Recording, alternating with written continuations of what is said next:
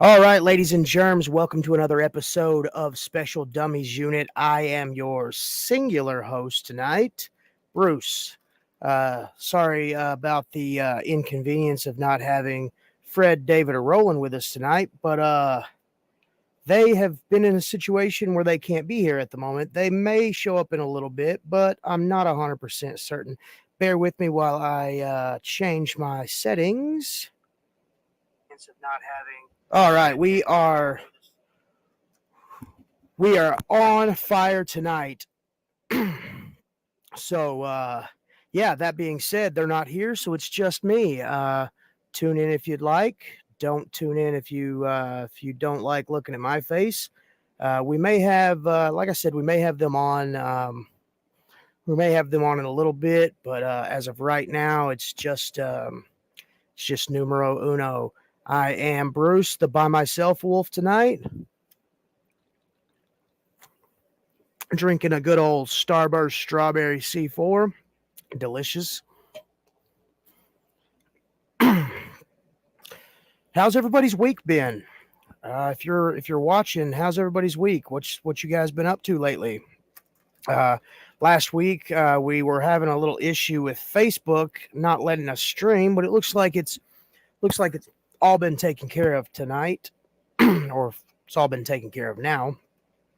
So I will be handling all of the duties for tonight. I'll be the serious, and I'll be the silly, and I'll be the at times inappropriate. And then I'll try to get a little bit of the quiet, Fred the Man James, in there. I hope I can pull it off. Not sure if I'll be able to. Not sure if I'll be able to pull that off or not. Um, but yeah, we're gonna have the best time possible, and gonna prove to everybody that I can do this. Just putting that out there. Yep, just solo Bruce tonight for now. I'll be the by myself wolf tonight. Um, some stuff came up, and it could be very interesting. So yeah, some stuff came up that they couldn't. Our other hosts couldn't make it, so I'm pulling quadruple duty, and just trying to make this thing work. I want to make sure we continue with the episodes. Hey, what's going on, Casey? I hadn't seen you in a minute. How you been doing, man?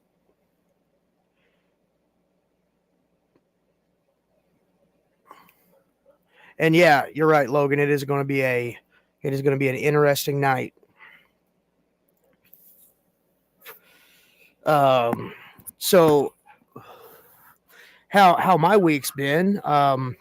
So Friday pretty much uneventful after you guys saw me last week. Saturday I drove to the School of Morton in Chuckey, Tennessee, and had an interesting time there. Got to meet Gabe Sapolsky, really really super cool guy.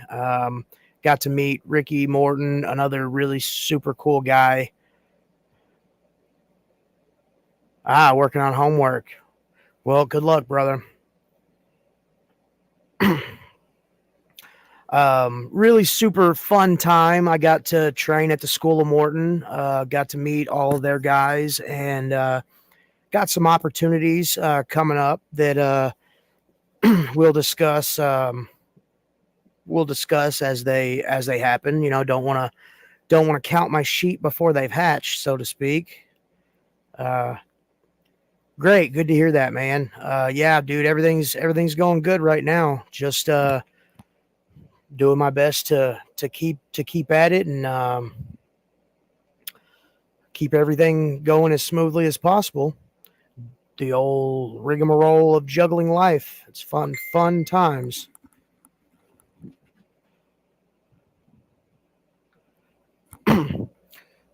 So, oops, I don't want to leave the studio. I almost messed up. So, I'm gonna I'm gonna change things up a little bit. I'm going to invite someone on that has reached out to help me do the damn thing. You guys all know him. You guys all love him. He is doing great things across wrestling and across wrestling in general. He should be on here in a second. I want to keep it hush hush until he pops in. But yeah, the drive back from Chucky was a pretty good haul. Got to see a pretty part of the country that I hadn't seen. Got to, I mean, it was at night, obviously, but it was pretty nice getting to go out and do that, experience that, so to speak. Like I said, a lot more opportunities are coming this way, so that should be we'll let y'all guys know as soon as we find out more. Got to stop at wrestling megastore Buc-ee's. Took a bunch of cool pictures in there. Got a bunch of cool Buc-ee's gifts. That's my dogs. You guys are probably used to them by now. But yeah, just got home about I left shortly after and got home got home around 5:15 Sunday morning and just pretty much slept till about noon. It was a pretty good drive. Got to bring my family with me, so they were able to be there for it. And on the way home, we made some pretty good memories, so to speak. My wife says she would never want to make that trip again. It was entirely too long and boring sitting in a car with me. She doesn't do well on long trips though, so that's understandable. Let's see what else. Yeah, and that's pretty much it. Monday morning, I did the dang thing and punched that clock, and now we're here. Fast forward about 4 days, and now we're back at it. So, yeah. That has been my week in a nutshell. Nothing too crazy. There was a lot of really awesome wrestling shows going on throughout the country, obviously, and in our state of Arkansas. And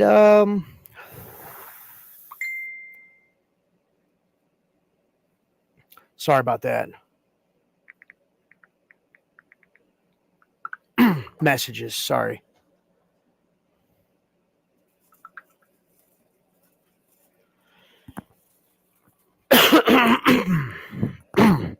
Sorry about that. But yeah, hey, if you're just now tuning in, welcome to episode 62 of Special Dummies Unit. I'm all alone.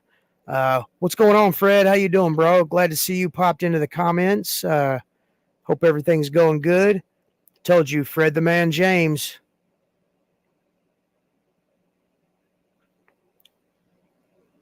Sorry, answering a message.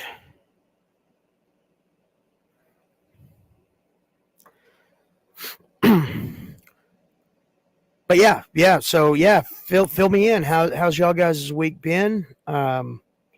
Keep the comments rolling. Roland's thinking about me. Hope y'all guys are doing good. If you're watching,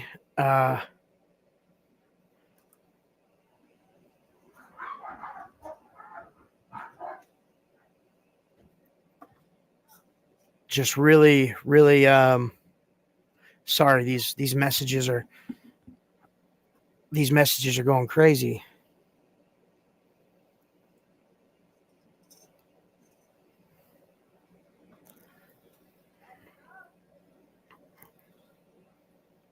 Just trying to get things a popping. Oh man, I'm sorry to hear that, bro. Hope your headache gets to feeling better soon. All right. Just got a noise into my microphone letting me know that our special guest has arrived. Ladies and gentlemen, please welcome to the stage the one and only Bruce. Dude Nasty. What's going on, brother? Hey, man, not a whole lot. So you were alone. Hey, just so happens I freed up my evenings. I no longer work the second job, so let's make this a little Awesome. interesting. Got myself a B double L in honor of my brother William Heck yeah, Blackwell. those things ought to, dude. Bud Light ought to sponsor y'all guys. Man, with as much as we put those guys over, they should. Right, right. Because it's funny because at Vino's, Mark Olson, like if we're in there, he's immediately grabbing them out of the fridge and throwing them. So, Right, right. so we drink them out of the BLs. But anyway, how about you? Like, how have you been? Oh, dude, I've been doing good, man. Just let everybody know that I got a cool opportunity to go out to the School of Morton Saturday and train out there with Ricky was there, and I got to train with him, and uh, dude, it was pretty dope. Oh, dude, man, I don't doubt it one bit. There's a lot of talented guys that I know that came out of the School of Morton. A couple of them are Zach Mosley and Cornelius Pepperbottom. Yeah, yeah. Excellent, excellent talents, great dudes too. And then I keep up with them on Facebook and stuff in the socials. So I mean, the fact that you got to go out there, like just that learning opportunity is, Right, right. it works wonders, especially for someone like you who's been in it for quite some time. So I mean, you never too good or too old to learn new things. Oh, right, right. And dude, like my whole like just that experience, like don't get me wrong, like a lot of the stuff that he was teaching, I got from Dirty Little Dave, like the old school techniques and stuff. Yeah, But like I learned so much like things that I do now, I learned ways to do those same things but take less steps. You know what I'm saying? It's yeah. it's just that it's just that old school mentality of work smarter, not harder. And dude, it Um, it's crazy. Man, I'm not gonna lie. I had one of those moments here a couple of weeks ago. So I got to wrestle a guy named Luke Langley, and Oh, I've heard of him. dude, man, if you ever get a chance to work him, jump on it. I cannot say enough good things about Luke. He is a great dude, great worker. And like he just taught me some subtle nuances. Like one of the things I've always had trouble with is taking vertical suplexes. So like just he told me a few things to make it crisp, and then he's like, "Oh, you can apply this to this and this as well." And I will say like the match I had with him, resume match. It was so good, so Right. fun, and it's like I told Will, I'm like, look, man, if I get the opportunity to work him again, then I want to. I enjoyed myself. I was nervous because I'm like, this dude's so good, but like, I guess I was nervous because it's like I didn't want to mess up. Dude, I So, completely get that. You've seen me at every Vino show, right? ball of nerves. just a Uh, just a ball of nerves, stress to the max. Ball of It, nerves, and I'm just sitting there like I don't smoke at all, and I'm just sitting there like smoking an invisible cigarette. Like, man, I gotta put this fucking ring down. I gotta take this ring down. I gotta put it up. Uh, but no, that's and dude, that's I mean, it's just when you what I've realized is when you care about the sport and you care about just wrestling in general and you care about the fans, you stress because you want the fans to get their money's worth, and you want to believe that your part contributed to the success of the show. oh, And absolutely. dude, what you and Will are doing and what you guys are both doing singularly is just it's crazy good. And I tell people all the time, like if you're looking for talent, man, those two guys are guys that will bring your stock up. Man, I really appreciate that. We try to put over all of our boys, you, David, D Mike, we Right. try to put all of our boys over the best we can as well.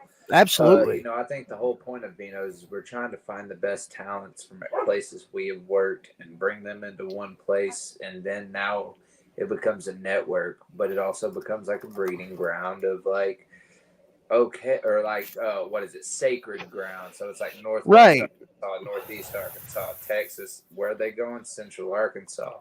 Right. So to Right. have like that place to do all that is great. But Oh, you mentioned me and Will, the way me and Will as singles acts. It's funny because when we first started at APW, it was very much a when me and him trained, we trained like workhorse wrestlers and stuff. And then right. our singles acts, kind of similar workhorse brawler styles. We do FGA. It's a bunch of wiener and fart jokes. Well, So, like FGA has traditionally been like kind of like the frat house of good time wrestling. oh yeah, I mean, you know, we had a guy. The biggest compliment is the originator of FGA and what it originally stood for. Came back after his match, looked me and Will dead in the eye, and just went and walked past us. And once he did that, sold. Right. That's all I needed to know. So, Exactly. but I mean, that was when we had that match with you and Jack, and that was a fun match in general, just to Oh, get out dude, there and goof around. I had a blast. The thing about those two teams, they're just good time having just when four guys can go out there, not really call anything and Yeah. just be entertaining like that. That's the best. Well, I mean, something that I've learned, and it takes me a while, is like I can call a whole match in the back, and if it happens, cool. If it don't, we'll make it work. I've been very much just give me a couple things, let me know what I need to do, and just communicate with me out there. Right. And Uh the I problem used to sorry, go ahead. the problem I'm running into right now is um, me running as a heel character is especially at Diamond State is I'm either taking too long pandering to the audience and getting the heat, or I'm taking too long with my entrance. So now it's like I need to find a good balance with that. Yeah, like a happy Because medium. yeah, because I've a majority of my career I've played an underdog babyface, so now I'm no longer having to play that anymore. So this is a new challenge for me. Right. So Right. Hey, what's going on, Paul? Glad to see you could stop in and see us. Hope you hey, stick what's around up, for a little Paul? bit. Um, so Debbie, they each like David had some things he was handling. He couldn't make it on right at 8:15. He may be on in a little bit. And then Roland, he had some stuff, some personal things come up at the last minute that he had to bow out tonight. I've got my fingers crossed and I got a fire lit that they'll be here, but not 100% certain if it'll happen. Uh, tell Doug I said hi as well. Clown, love you, bro, as always. uh, but yeah, dude, like, and that was a thing, like with Beer 30 with me and Jack, like, we were always the good guys, the guys that everybody loved and wanted to be with and hang out. 90% of the time of that those matches, dude, I was interacting with the crowd. Don't get me wrong. Like when it was wrestling, I wrestled, but then, just to have that opportunity to bring the crowd in and give them a closer, almost an in ring, access to the match. Dude, it was just that connection. It just seemed like it was always there, no matter where we went. Yeah, that's something that me and Will we've been working with. Like, so when FGA first started, me and Will dealt with this. I was too afraid to use my voice on the mic, and so I'd hit a one-liner, and then Will would take over, and then now I'm just calling the women and Marianne a bunch of hogs, and just doing the most outlandish things I can think of. But it's eventually, like, we've been approached by members of the crowd, like, we want to like you, but you guys are douchebags, and we want to love you guys because you're funny, but then you make us hate you again. Right. So hey, what's up, Paul? Hope all's well your way. This is true. But I mean, outside of that, like I would say like the last year and a half,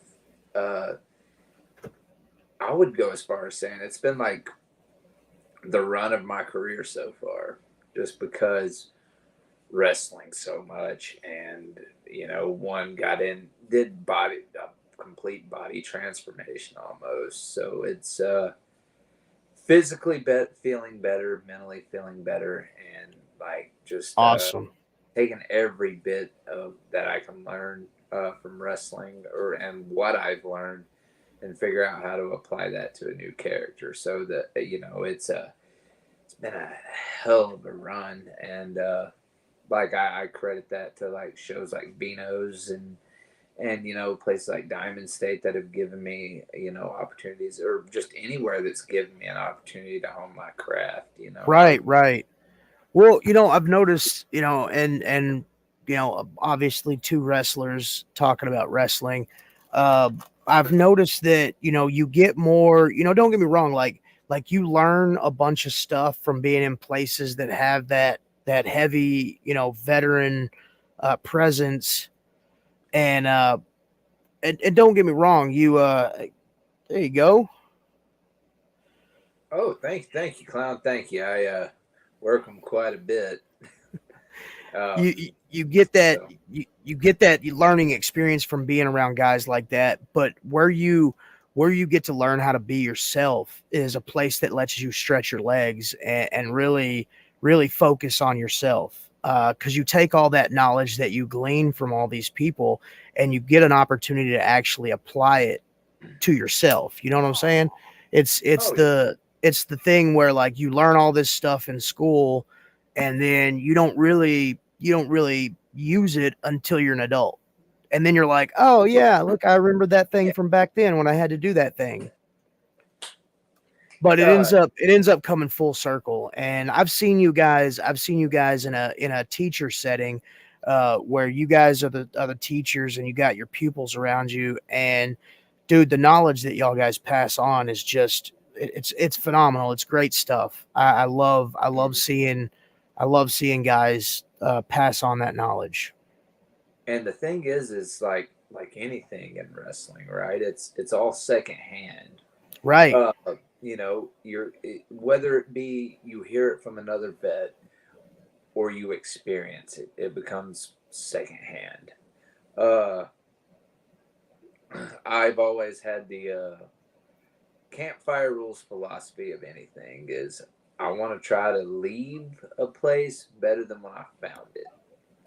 And and I myself, every day I go to bed, next day I want to wake up better than I was the day before. Sometimes it's a struggle, but I just want to give back that what I've learned so far, because there's some people, and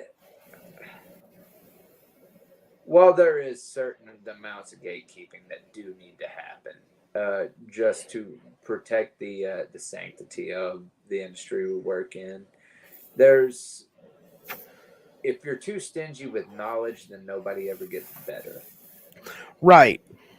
Well, and I think I teach this an awful lot. Like, don't be don't be the guy that knows what's right and watches something wrong happen. You know what I'm saying? I don't care if you've been in the Yeah. business for 5 minutes or 5 years or 15, 20, however many years. Don't be that guy that or girl that sees something being done wrong and then just like, oh well, that's them. I'm gonna do what's right. Like you may be, somebody may look at you like, oh well, who's this greenhorn thinking that they know wrestling? Well, look, if they're right, they're right. I don't care if they've been in the business, like I said, 5 minutes or 5 years. Yeah. What's right is right. And look, I've tell people all the time, if you see me doing something and it's the wrong way, tell me to fix it. The only way I'm going to know if I'm doing it wrong is if I see it myself or if somebody else sees it and tells me. And I Well, don't, and sorry, go ahead. that's how you learn is, Right. if nobody tells you what you're doing wrong, then you're not going to learn. Like anybody will tell you if you're doing right, Right. Very Right. few people will tell you if you're doing right, or they'll tell you nothing. But sometimes they need to you need to be told what you're doing wrong because you don't know if you're doing it wrong. Right. And so, that's excuse me, and that's again, that comes down to experience in anything, Right. outside in and out of wrestling. And I think if we sat there and we took the time to actually teach the next crop of people and help them instead of hinder them, the business grows. Right. Where it's a business of vanity, though, so it's a lot of protecting your spot. But if you're good at what you do, you're always going to have a spot. Right, right. And I think that's what scares a lot of vets. And 15 years in, I consider myself a vet, but I'm still learning. And so I think that's what scares a lot of older vets. They don't they have a spot.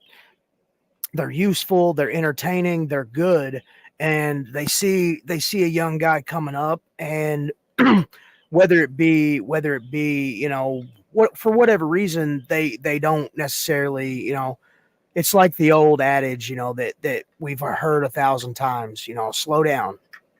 You're speeding through things, slow down. But if I don't tell you why to slow down, I'm not giving you any knowledge. You know what I'm saying?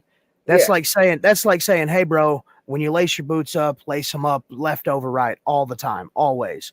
Well, why do you do that? Well, the reason I do it is completely different.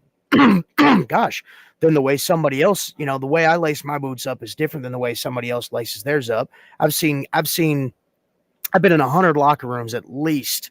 And out of those 100 locker rooms, there's not one person that laces their boots up the way I lace mine up. And that's just a general statement. It could be, it could be shoes or whatnot. But what I'm getting at is, if a young guy sees me lacing my boots up and he asks me, why are you lacing your boots up like that? Well, I'm going to tell him, I lace them up this way because this is how I was taught. And, to me, this makes more sense psychologically. And there's a reason. When I play a heel, I always do laces out. A lot of people will do laces in. I do laces out, left over right. And the reason I do that is because in the Marine Corps, I was taught that, laces out, left over right, because that creates a weapon on your instep that a lot of people don't realize. It's almost like brass knuckles for your foot. Never thought of that. Never would have thought of that, but I can see that.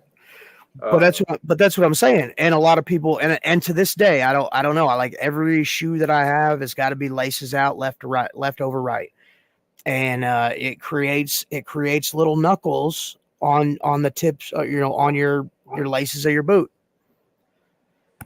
And as a heel, even if you don't use that, you're always trying to, peeking behind the curtain a little bit. You know, you're protecting the guy that you're in the ring with, but it is a physical fight. So you have to make it right, right, Scotty. If you're a Marine, everything that you have it can be made into a weapon. Um, if you're a heel, you're thinking that if somebody's up close and they happen to see your boots laced up and they ask you, you know, why do you have your boots laced out? Well, because I'm trying to drag somebody's face down those boots, those laces. Just little things like that. Well, I mean, a lot of people don't think of it this way as in wrestling, like you can use your tape as a weapon, and you don't think of it. And it's why it's because it's like those little grooves in your tape where you overlap it. If you dude, I'm telling you what, that fabric going this way and that way creates little ridges, and dude, if you apply enough pressure, you could legit hurt somebody. Yeah. Oh yeah. And I mean, you know, you use what Billy Robinson refers to as the cutting bone on your wrist. Ooh, yeah, that little bad boy. So it's, you know, you sit there and you rub it. Now you've got that adage of that extra bone that's just sawing away. But yeah, little that I wasn't necessarily taught when I first started. But these are little psychological traits that I picked up along the way and from different people. So, you know, it was just, I try to do my best to teach people, you know, the way I was taught, the things that I've learned, because, you know, I'm not one of those guys that gatekeep to the point of, you know, nobody else can, you know, like you said earlier, you know, if you're good enough, you're going to have a spot. Yeah. My job as a vet, and what I consider my job as a vet, is to put the next generation over, because that's how wrestling survives. You know, something that I teach somebody, things that I have already taught people are going to be taught to other people. So in that light, you know, my word kind of lives on. Well, you know, that hand up to the next generation has kind of been cemented. I mean, and as you said, put that next generation over. Students getting over and going over does not mean winning the match all the time. Not at all. Not at all. Sometimes it is building character, or, you know, you learn more through losses than you do your wins, right? Right. I spent a majority of my career on the losing end of things, but when I do win, it means something. Right. So sometimes getting over isn't winning. It is, okay, well, what is the next chapter of this story? Like, we expect you to go out here and lose, and then you start pulling out wins and get on a win streak. They're like, oh, hey, he was built through his losses, so that way when y'all do face each other down the line, it's like, oh, he's never beaten this guy. Well, what happens if he beats you? Then, you know, he's climbed that mountain. So there's always stories to be told. You made a perfect point. You can ask any prize fighter, any MMA fighter, any boxer. You can ask any sports team, any athlete at all, what they learned more from, wins or losses. You know what I'm saying? And I guarantee 90% of them will say, I learned more from my losses than I ever did from my wins. Well, I mean, like one of Conor McGregor's earliest fights lost because he was catching his breath, and as he was catching his breath, dude came in with a hook and KO'd him. Right. And it was like, well, what did we learn? Well, breathe when you throw your punch. And so, I mean, yeah, like you learn a lot through defeats, because that is where you learn what not to do. And sometimes what not to do is it's based on your opponent. And that is kind of where the wrestling psychology comes into it. Heck yeah. Speaking of that, Jamie, May the 4th be with you. 100 Wrestling in Wynne, Arkansas, May 4th. Just want to throw that out there. Where are you guys going to be this Saturday? Who, me and Will, or Jamie J? No. You guys, you and Will. Well, me and Will are actually going to be at APW this Saturday, Oh, and it right was on. announced earlier that at the Fully Gifted Athletes will be putting our tag team gold up against the Twins of Salem, Jackson Ooh, Crowley and Abel Booker. that is going to be an interesting match. But This will be our second time wrestling them, and we have never beaten them in tag team action. So yeah, this is dude, those are some something. spooky guys. Oh yeah, I mean, the last time we were in the ring with them was at Vino's, and that was a wild, wild experience. Right. What's going on, Mark? Good So, seeing you. Glad you could be here tonight. um, but that's what we've got going on this Saturday, and then I've got a good couple weeks off, which is needed because heal some injuries back Oh, in for sure, for January. sure. During a match, I thought I'd hyperextended my elbow, and I just threw KT tape over it and worked out on it. Right. And what happened was, yeah, I had hyperextended my elbow, but I had also partially tore my pec and my Ooh, rotator cuff. dude, And I'm I've been telling you like what. just stacking KT tape on it. And so when I went to orthopedic doctors and a chiropractor friend of mine, and they're like, "Hey, man, KT tape is cool and all, but that's just at this point, it's like putting a patch on a bald tire. It kind of Right, defeats the right. purpose."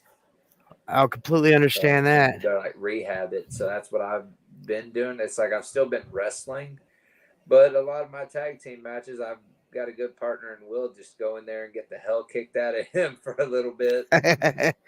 So, Dude, I've been there. In fact, I just got healed up from rotator cuff tear, dude. It's the worst feeling in the world when you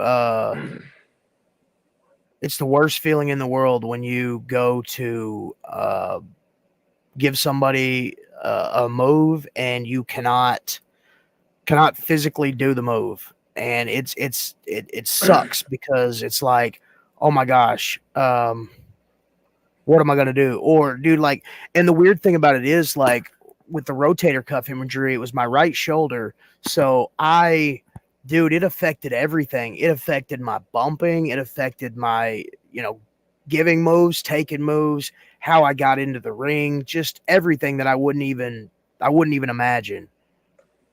oh man, I imagine because you know, I don't throw a lot of clotheslines, but while this rotator cuff is messed up, I'm not throwing a lot of clotheslines. Like occasionally I'll throw a lariat, but if I'm instead of a clothesline, I'm giving somebody a back elbow because the force of hitting somebody and the momentum pushing the shoulder back on the pec hurts. Oh yeah, dude, Forward is it's fine, but I was wrestling Tyler Fox a couple months back, and I went to pick him up for a body slam. And as soon as I grabbed him and ripped him up for it, I felt that bone go rip or that muscle, and I threw him forward, kicked him in the gut, and gave him a suplex. Why? Because I couldn't my arm stalled here because it hurt, oh and yeah, dude, so I had to like get him one because yeah, it is a fight, but it's you also have the safety of somebody else.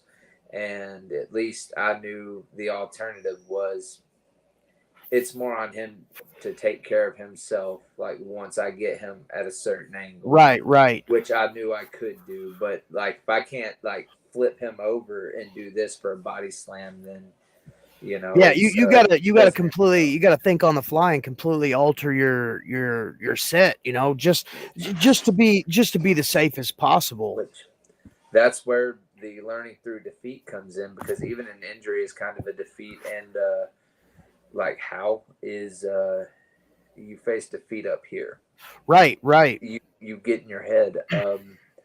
The big wake up call for injuries is for me was when I was going to the gym and I was able to take a 35 40 pound and curl no problem on this arm 15 was a struggle, and I couldn't get my arm in a curl position how you would curl. I could barely get it up to that 90-degree angle and pump out because it just hurt and pain Yeah. shot me there and there. And so like, that'd say, I'm still like mentally struggling with that, if I'm being honest. But at the end of the day, it's that learning. So what did I have to do? Well, now I'm gonna have to learn how to work around this injury because it had healed itself, but it would, with the way it's healed, it may have Right. healed wrong. So now I have to work around that, which is no problem at all. It sucks because some of the stuff that I was known to do, I kind of can't do that as often Right. now. Right. But luckily for me, I started picking up the brawler aspect of stuff because I'm old and lazy sometimes. So I just throw more punches and back elbows. But as a heel, I can get away with that now. Right. Get Right. away with that because I'm not trying to wrestle you. I just want to beat the hell out of you. Yeah. Yeah. Trying to get So, that W. But no, yeah. and it's I think it's like you said, it's the mental defeat where you have to change everything on the fly about how you do a certain thing, how you approach it, because normally you would approach it this way and you got that muscle memory of doing it a certain way. And then, going into the match, you try to figure out a way to get to work around it. So yeah, I completely get that, dude. Like I did the physical therapy and I got the steroid injection, and dude, it's good. It's good now. So doesn't take that long actually. So That might be something I look into. Luckily for me, my appointments went from weekly to bi-weekly, and now now it's monthly. So it's healing and it's progress made. But those my chiropractor's like, well, you can do this, and then a physical therapy friend of mine, I consult with both of them. That right. way, I can have two different points of view, two different kinds of rehab I can do. But they both gave me this same thing, which is, hey, throw your arms here, put them to the side, press your Yep. scapula back, come up, basically do the DDP thing, and then come back down. But you have to do it with your back against the wall. Right. And so, I was talking to my chiropractor, and I go, "Hey, man, I got a question. When you got a fat ass, this is difficult putting your back flat against the wall. How do I work around that?" He's like, "Just put your feet forward." That's all I can say. So, yeah, that's been the struggle. Is like, hey, man, just keeping your feet forward. Right. But but I think I'm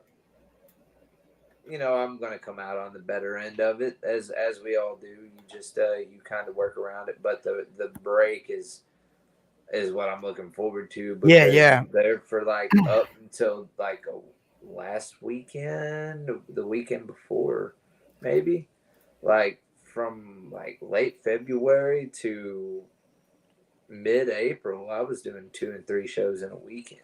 So it was, and I mean, not to knock anybody who does it full time, but I mean, I'm working, at that point I was working 2 jobs and hitting the gym and then wrestling regularly, and all while trying to maintain a healthy home life too. Right. So, Right. you only get so much time in a day. So, Oh, for but I sure, mean, dude. I know the this struggle, and I'm break sure is well needed. yeah, oh, well needed for sure. Well needed and well deserved, because like I said, you guys have been, or like you said, you guys have been blazing a trail and just rocking and rolling. Oh yeah, and like the one thing that we've been trying to do is like when we go to Diamond State, we have Dre Sean riding in the car with us. When we go to APW, if we don't have another wrestler riding with us, we'll have a friend of ours that ride with us. But we've been very adamant on trying to get younger guys in the car with us. Right. Right. And I drive a little Chevy Spark, so soon, if we keep getting younger guys with us, we're gonna have to get in Zeke's van. Right. Right. That I love affectionately dubbed the Shaggin' Wagon. So just little to little get PS around, Sorry. like the one thing that was really cool about guys like Draven, and that I've seen you do as well, as you've taken young guys with you to other Right, shows, right, network, and to see that like not every locker room is the same.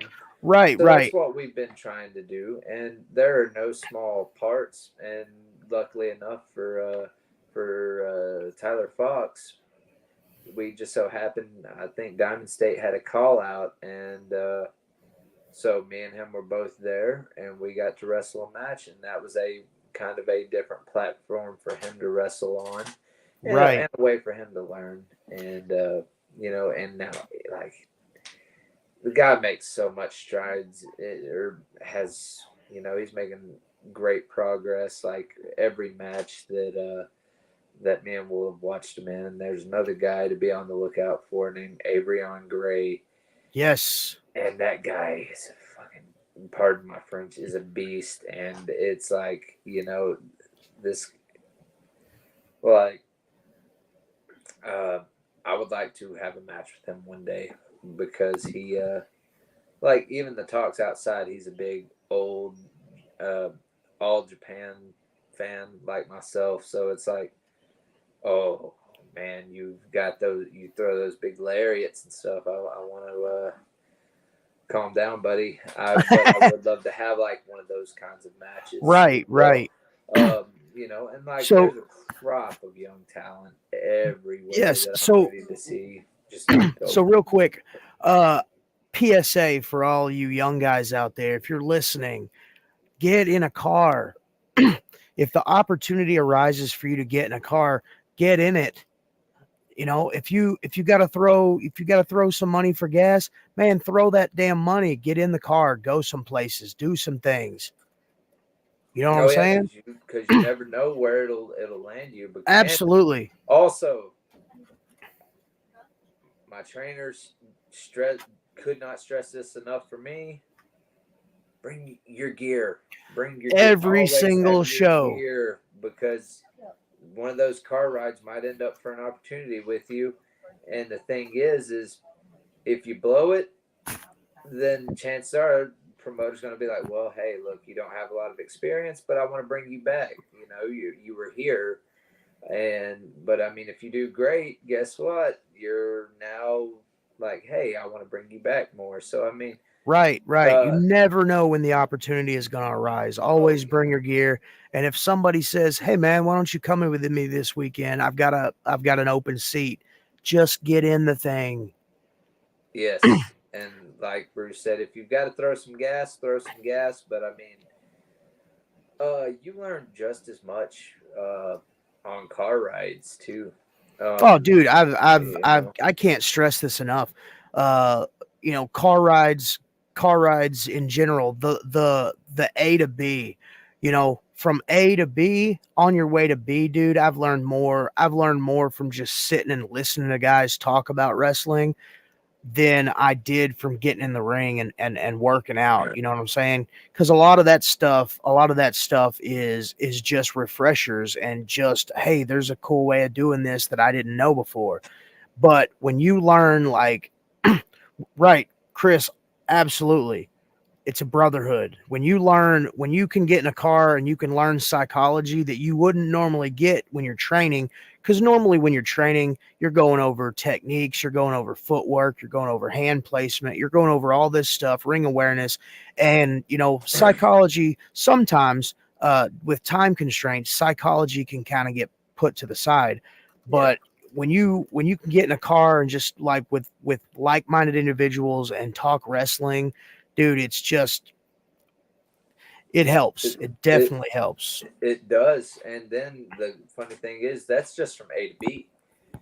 When you get from B to A, going back, you reflect on the show, and then that's when you can ask questions. And Right. if you ride with somebody, if you ride with a vet, chances are they're going to be watching your match to give you critique. Especially if you're a newer guy, there's probably going to be a lot of guys back there watching your match, just because, like, if you go out there and kill it, then you've got these guys that are going up to the promoter. I can do something with him, Right, right. or And him or her. sometimes You know, and I can do something. sometimes all it'll take is just that one. See, there might be somebody in the back that you didn't say one word to other than hi, I'm so and so, and shook their hand. But just that interaction alone, they could have missed your match because they're talking about talking through their match, or working on different things. And then, on the ride home, they're like, oh my gosh, that guy was really respectful. Man, I'd like to see what he can do in the ring. And then they watch, if the match is filmed, they watch your stuff. Yeah, Yeah. definitely could work with this guy. It's happened to me. It's happened to me more times than I can count.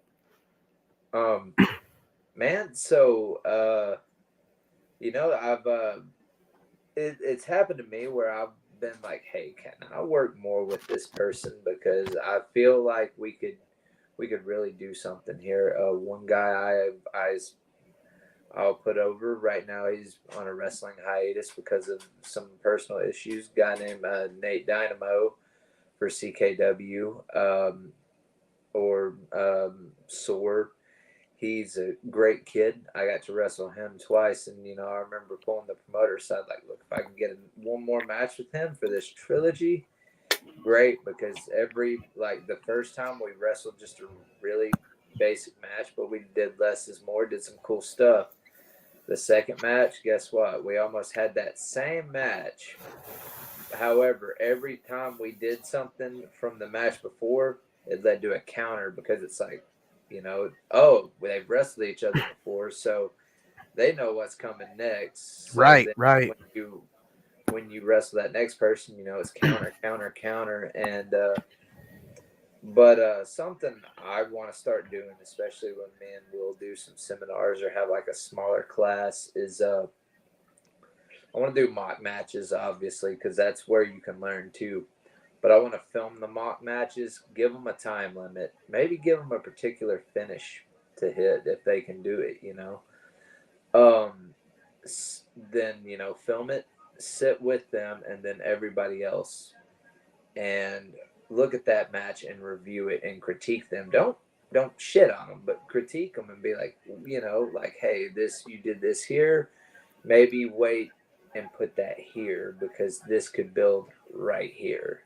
And Right. just kind of like because then now you're watching them as they go, they're watching themselves. So now they're going to know what to look for if they go back and watch match footage of themselves. And I wished I would have had somebody to do that with me. Me and will do that because I'm my own worst critic. So if I even like step like 3 inches to the left, I'll sit there and be like that sucked. That sucked. I can Right, do so right. much better.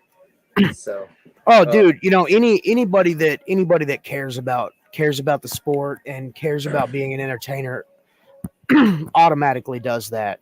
Uh, but yeah, I tell guys all the time, like, until you've reached a certain point, don't even try to self critique yourself. Send your match out. Find some guys that you look for guys that you want to work, guys that you've worked on shows with, and just send them a message. Hey, can I send you a match? Can you critique this match? 90% of the oh time, 90% of the time, guys will be like, hell yeah, send it. yeah. Well, I mean, after my match with Luke Langley, I'm like, hey man, you care if I go through some catalogs of my matches and send them your way and check them out? And his exact words was, hey, I may not be able to watch them immediately, but I will watch them and I will critique them for you. Be more than happy. Some of them will be they're happier than a pig in crap doing it. Right. Oh, for sure. And I mean, you could very right, Chris. It is if a vet can point the things out, but as Bruce was saying, explain it. I've seen guys in a locker room just sit there and yell psychology at a Right, guy right. for a bad match, and it's like it was a triple threat match or triple threat tag team, two heel tag teams and a babyface tag team. And he just yelled psychology, and the guy's like, the only psychology we have in the match is we are two heel teams against a babyface team. The psychology is we have to beat up these guys before we fight each other. Oh, that's a hundred But percent facts, but Chris. um Luke Graham, good guy to study. And I think like a lot of the psychology is lost too in and outside of the ring, whether it be character or storytelling. Wrestling is it's a variety show. Right, right, So so if you're gonna sit there and yell at somebody about something, tell them why, and right. then And that's what and I then was. Sorry, go and then ahead. like maybe if you've got like footage of it, you can point it out. So if somebody Right. I So remember I Austin that's O'Malley would ask me to critique some of his matches, and I would timestamp it like, "Hey, pause here. Hey, at 5 minute mark, go back and watch when you did this. If you would have like waited just a couple more seconds, that move would have meant more because why? Slow down, let it register." Now, even to this day, I still have to remind myself to slow down because it's right. easy to get Well, caught. and that's what I was alluding to earlier. Like vets in a locker room. When I was coming up, I had I had vets that would pull me to the side, or when I would go to them after my match, hey, what could you see that I could have done better? And they would give me a laundry list of things, and Yeah. I was so excited to get that feedback that I instantaneously, like almost without thinking, auto corrected my situation. uh Hey, it looks like we got another fella joining in, ladies and gentlemen. He needs no introduction. But no, like I was saying, what's up, man? But I would get no. Can't Oh, hear my you. bad. I'm I'm reading. playing. Oh My shit! bad. I'm I was, playing. I was reading. I was reading your damn list, dude. What's going on? What's up, man? Hey, But what's no, up, then Timmer?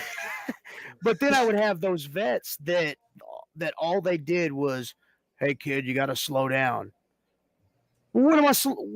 Okay, I'll slow down, and then I see them, like let's fast forward a couple of weeks. I see them. I slowed down. Made my stuff slower, more palatable. Come to them after. What'd you think? I slowed down, man. Yeah, you got to slow down more. Look, 12 years in the business, and the first time I heard why you need to slow down in a match was from a Michael Elgin seminar. I shit you not. I'm sitting Man. there. I'm sitting there in the seminar, and I'm freaking pissed because out of all these years, all I would hear was, "You got to slow down. You got to slow down." But basically, they weren't telling me. They weren't telling me word one about the point of slowing down. So when I taught people, it was, "Hey man, slow down in your match because it's like watching your favorite television show, but on fast forward. You miss all the good parts that you remember being good parts because a wrestling fan knows the moves and knows what's going to happen. But if you speed through it and you completely blow past the punchline, so to speak, Yeah. they miss that. There's that moment of mistranslation. But Yeah. it wasn't until that seminar that I found out the reason why you slow down and what was told, and also, unfortunately, the reason why a lot of those old vets would just tell you to slow down without any explanation.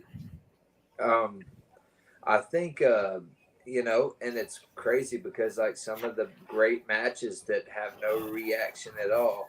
I had I was reading something I think about AEW yesterday. There was like a match on AEW that happened yesterday, and I forgot what it was. And they're like, it was a good enough match. It was a great match. The crowd didn't react to it, and then I'm like, well, I mean,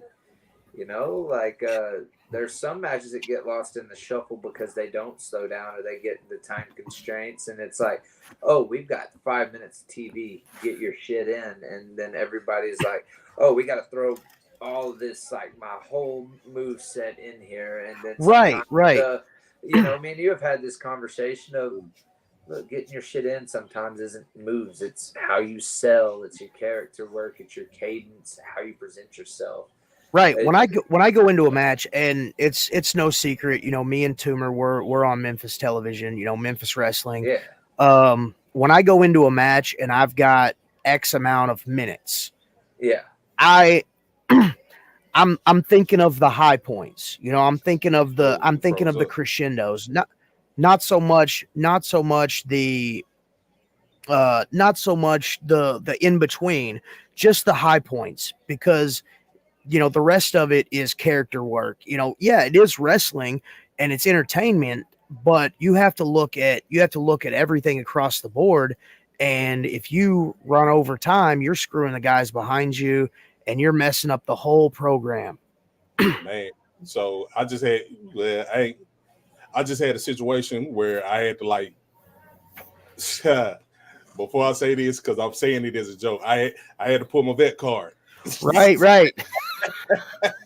I had to pull my vet card because I remember they said we had like 7 minutes, but within the 7 minutes, it was me, my opponent, his 2 stable mates, and their manager, and we had to figure out how to get all of that. Oh man.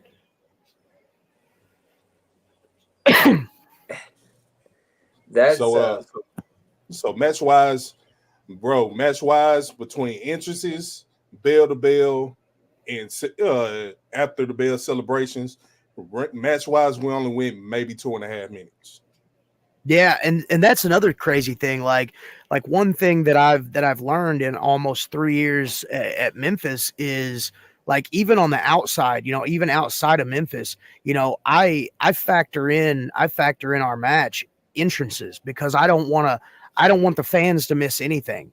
You know what I'm saying? And even live events, even live crowds, I don't want to take anything away from the match. So, I don't spend a whole large amount of time coming to the ring. I just do what I got to do, and let's ring the bell.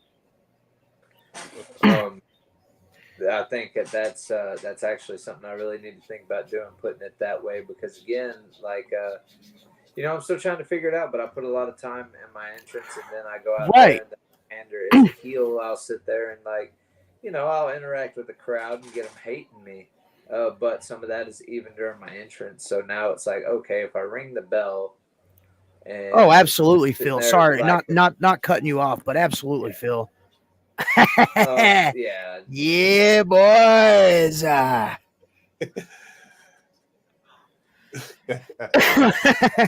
Much love.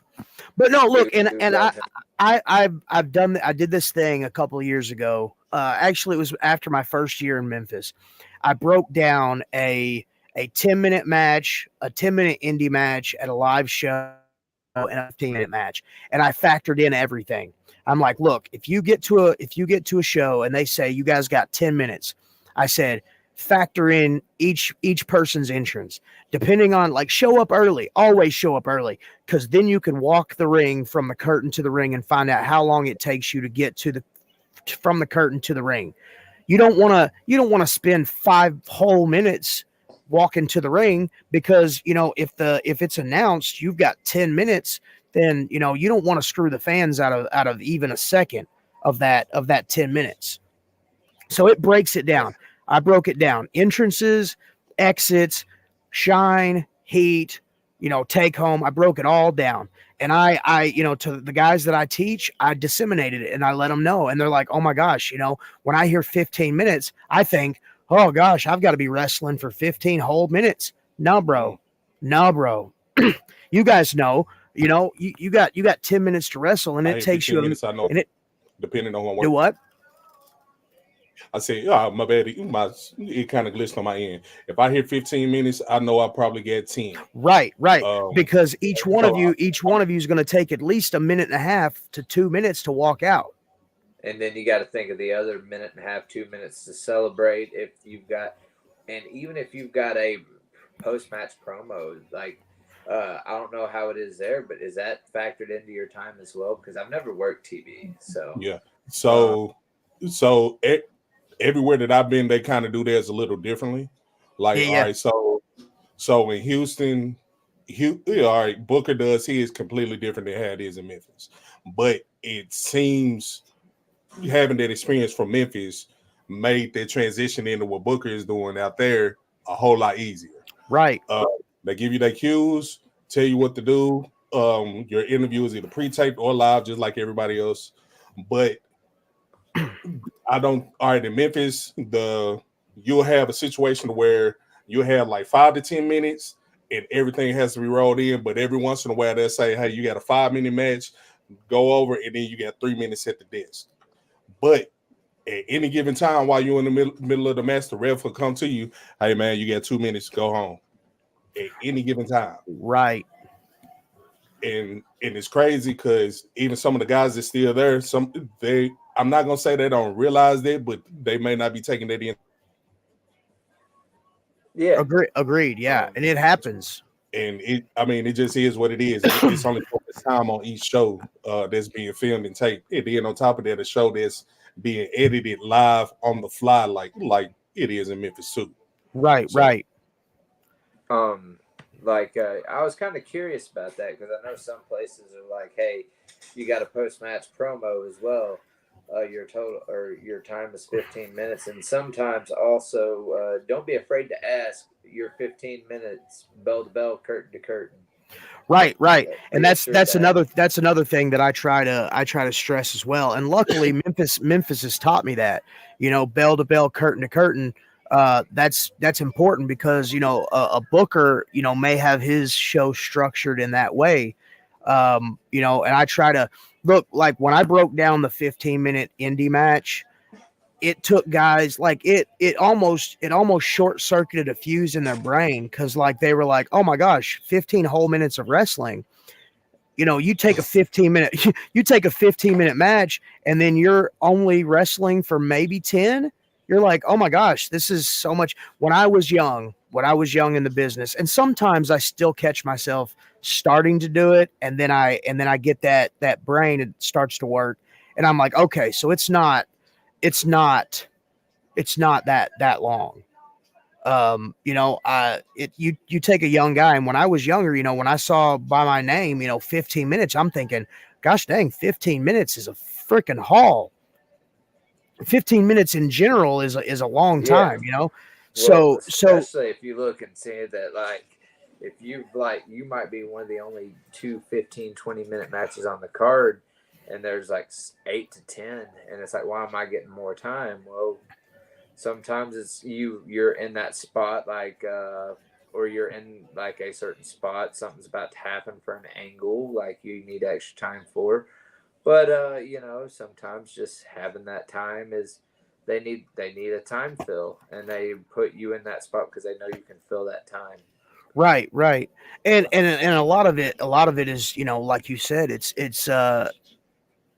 the booker and the promoter recognizing that you could handle that time. Oh yeah. Which I mean, I don't think I may have went over time once or twice. Luckily for me, I've been I try to go under my time a little bit. Now if there's 3-4 matches ahead of me that's went like under their time, then I'll try to like see if I can wiggle my way for more time, just to kind of help pad that down a little bit. But there's been a few times where I've had promoters like, hey, these last 3 matches have went like 5 minutes over. Are you cool with taking your 15, 20 and doing like 6? Yeah, am I still getting paid the same? Heck yeah, bro. Right, cool. But yeah, sorry, go ahead. I'm not gonna lie to you. I like talking to the promoter sometimes to try to figure out exactly what I'm doing. That way, if they say, yeah, I'm thinking you're going blah, blah, blah, I can kind of get a gauge of who I'm working and kind of know their gimmick. All right, so I'm in a situation with the circus. Their gimmick is a great ass gimmick, and I love their gimmick, but their entrance is long as hell. Right. So you factor that in. Yeah, so their entrance alone is anywhere from 3 to 4 minutes. Well, and like I think the way you're going with this, you don't want to take anything away from their, your entrance. Yours is a already hype. Let's do this. I'm all about the business. Come to the ring, ring the bell. Mm-hmm. While theirs is more of a, it's more of a the righteous path as well. We have a pretty long entrance. We've shortened it up a lot, but when you go into a match like that and it says, whatever time it says next to your name, you factor that in. So I love that you do that, and a lot of other people do as well. Hey, what's going on, Alice?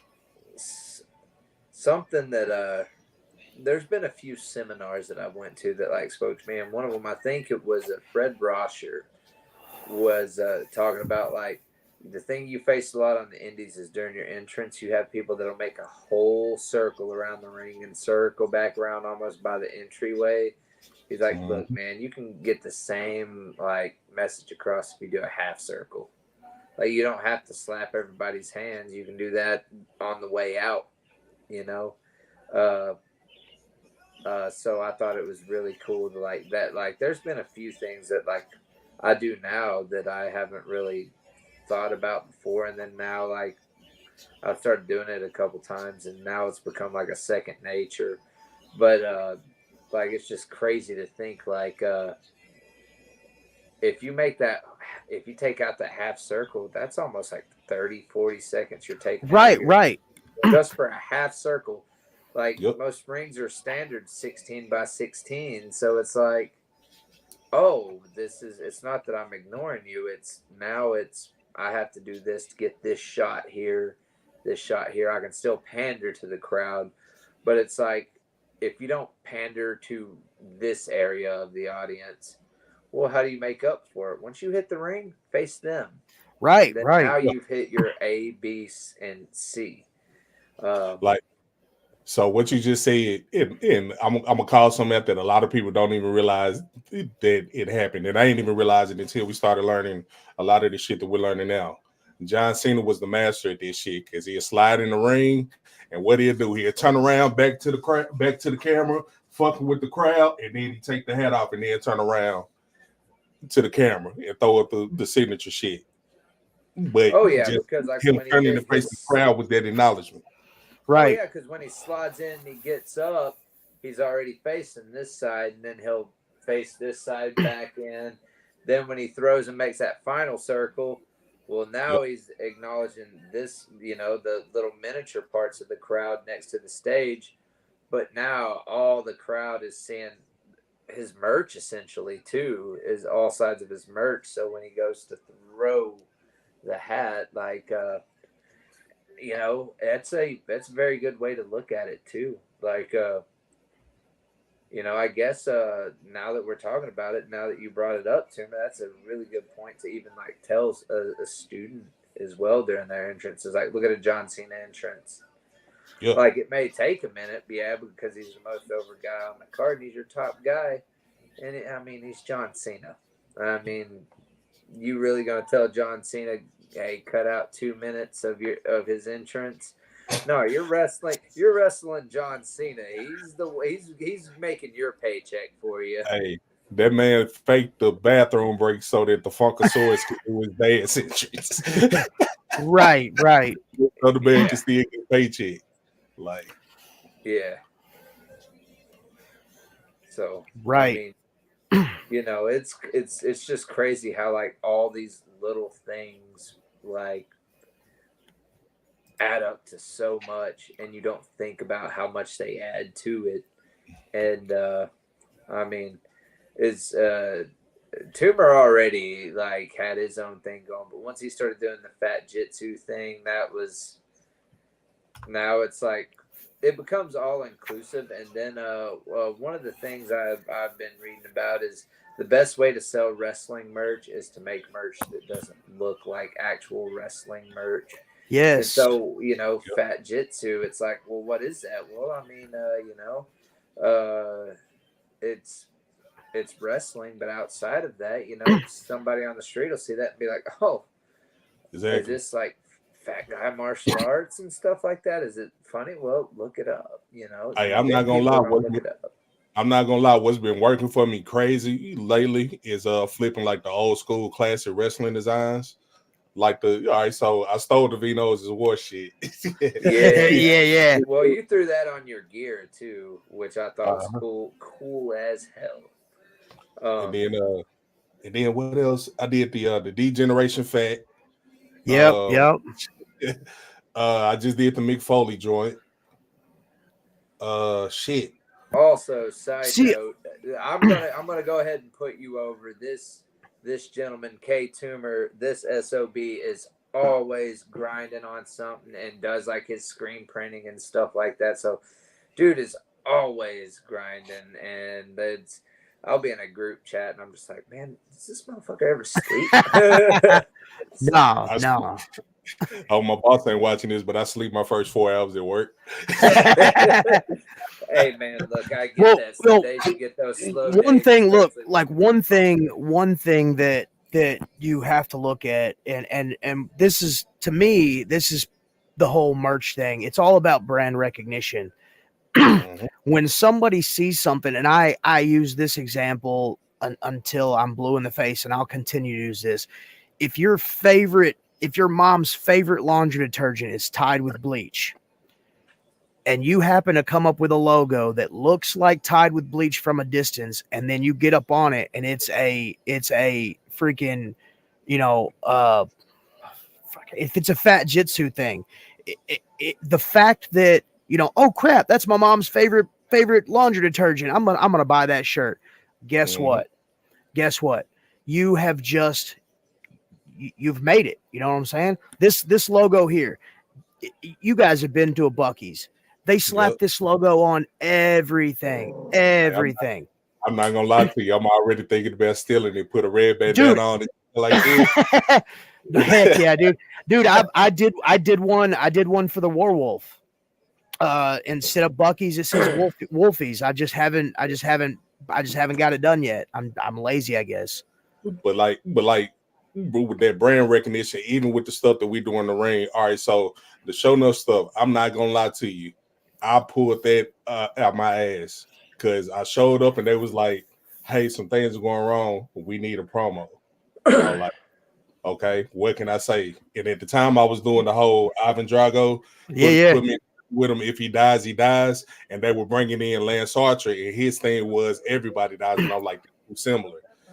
And they had the mic on me, and I was like, show enough.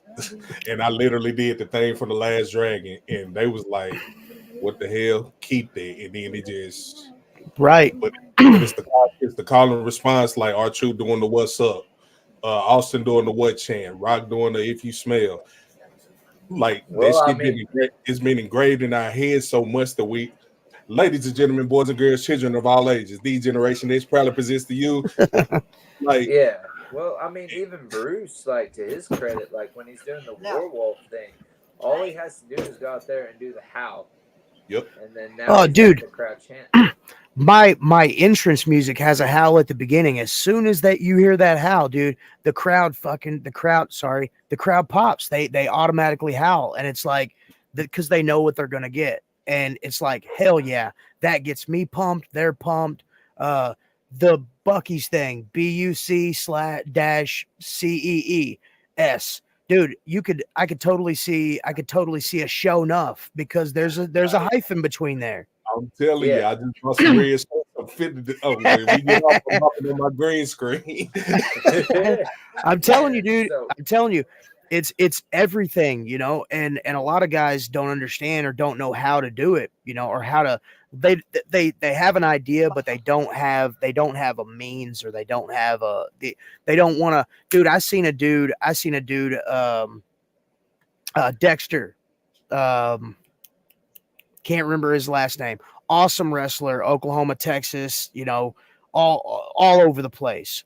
And he did the Buc-ee's logo. I was down in Soar and I seen it. I'm like, holy freaking crap, dude. It's brand recognition. You know, you took a logo, you altered it, you made it your own, and now you're selling it and people are buying it. Yep. Because you remember the Ratitude era stuff. Oh yeah, dude. Like I did the GB with the old WWF logo. Oh, dude, like, when my gym jug broke, I saved the freaking the Ratitude thing, dude. I was 100% Dexter Hardaway. That's the guy. That's him. Yeah. Dex, if you ever are watching some silly podcasts and you see this, what's up, bro? I miss you. Oh yeah. But no, like I even did my own thing now with the whole punk rock strong style. You had everybody like doing their Texas strong style, Tennessee strong style, regular. And it's like, punk rock strong style. Well, what was the difference? Well, it's none of it's perfect. It's a little more sloppy, but now it kind of makes sense. But like now it's like the thing that's become my logo is the cross turnbuckles with my little like tributes to my other animals, and then my cat there and the skull. Right. And then you're talking about brand recognition. I'll plug it. It's we don't have the design up yet. What's because up, we were Peter? gonna What's wait. happening, bro? What's up, Peter? Is me and Will have a new FGA shirt coming out, like our first official brand shirt, and it's actually a Beavis and Butthead, but it's me and Will as Beavis and Butthead. With both of us have Creed shirts on instead of Metallica and AC/DC, and it's just FGA Beckett and Blackwell and the Beavis and Butthead font. And I told Will, what we need to do with that is we need to find somebody, because Mike Judge isn't on Cameo, but an impersonator to do Beavis and Butthead, just so we can have somebody be like, Beckett and Blackwell, these guys fuck. And then come into Oh, dude, Truck. can you imagine if you threw that at the beginning of an entrance theme? Oh yeah, Like, especially it'd be like great. with like the 90s kid fans and stuff, 80s and 90s kids that grew up with Beavis and Butthead. Yes. Just like me and Will have thought about that, just because like it's fun and it's wrestling. Oh, it's be fun. oh, dude, it's Hey, nostalgia, bro. Now would be the perfect time to do that because Saturday Night Live just did a skit about AI. Yes. And like Ryan Gosling and Mikey Day dress up as Beavis and Butthead. Oh, Legit. dude, it was so crazy, dude. Everybody was breaking character right and left. It was nutty. Yeah. Oh yeah. So, Kenan and I forget her name. They never break character, but they Right. they broke up that one last weekend. Yeah, no, well, me and Will got to put the design up for it. And I think the thing we're debating on is, are we wanting to do a solid t-shirt, or do we want to do a tie-dye t-shirt just for the hell of it? The problem is like, if you get it made, like, you got to think of the pricing. So I figure the solid would be the best way to go. And then, like, if you're like making them yourself, it's a lot easier to go grab a solid t-shirt than it is just a tie-dye. Man, Yeah. Hey, when we get off air, I'll give you the game on the t-shirt stuff because, bro, I'm gonna save y'all some money. Oh, for sure. Yeah. Like I said, I think again, it'd be the whole Beavis and Butthead thing is, and that's just an idea too. Like, especially if you talk amongst like friends, right? Like that was just an idea. I was gonna like once I'd done this vacation that I'm gonna take. Once I got back, I was just gonna come back, throw money at and an idea out. Well, I told a friend about it, and then he's like, "Oh, by the way, I got y'all boys something." And I'm like, "What, man? You already do so much for us." And then he paid our buddy Lucas for this graphic, and I'm like, "Oh man, I love it." Hold on, I'll be right back. I literally just did a tie-dye shirt for somebody for Lewis. Oh, heck yeah, dude. Gotta see that. Right. But like, so I'm gonna give it Blackwell, see what he wants to charge on these, so me and him can get our pre-order window open, but two, see how many extra we want to get. Okay, so I did this. I don't know if you could see it too well. Yeah. The beer 30 Beavis and Butthead. Yeah, dude, I did that 5 years ago. We never made them shirts, but I even did a black and white version. Oh, nice. I like that too. Oh yeah, dude, that is dope. So I don't know how well you can see that, but this is the heck yeah, dude. Dude, that is so freaking wild, dude. And so like it's the Lamani, you big dummy. Man, dude, I've been on a tear watching. I love nice. it. I've been on a tear watching old 70s and 80s TV shows and movies, especially comedies, from Sanford and Son to watching Cheech and Chong. Bro, because so Sanford and Son had the best rips Sanford and Son had the best rips, and like it was another show that Fred Sanford was on where it was like a variety show, and it was the mom from Family Matters when she was heavier. They was a married couple and he was going back and forth. She was like, "Yeah, my ankles are tired and I'm tired of dealing with you." And he was like, "Yeah, you need to be tired of all that weight." Man, here's the thing. Like, it makes sense now because I think about like watching Bob Saget as Danny Tanner and then seeing his stand-up comedy. Oh, dude, that same way about Red Fox, and then I watched his stand-up. I'm like, Jesus Christ, this dude relentless in his stand-up. right. So, I mean, this guy was doing Eddie Murphy and Richard Pryor before Murphy and Pryor were doing it, and so I mean, like, I really enjoy his stand-up in general, and but I mean, it's just like you know, even some of this stuff now. You were talking about the rips and stuff from Sanford and Son. You could do that to this day, and like a modern audience probably might not know what that came from. But then it's like, oh, that's a Sanford and Son reference. So, you know, so what's old becomes new again. That's you watch a William Blackwell match, and this guy is doing a lot of like old All Japan wrestling, British wrestling. Bro, I even did Powerpuff Girls. I don't know if you could see that too well. Yeah, that's dope. Oh, that's dope. Man, so yeah, as guys that have done your own designs, how many of your own designs have you done that hasn't seen the light of day? Oh, dude.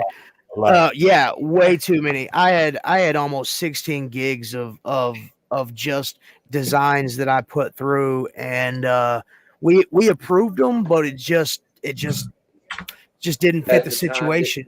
Like this is my external hard drive. I know it's at least a gig of just images. So what I do is, all right. So I if anybody listening who do merch, pay attention to what I'm finna say.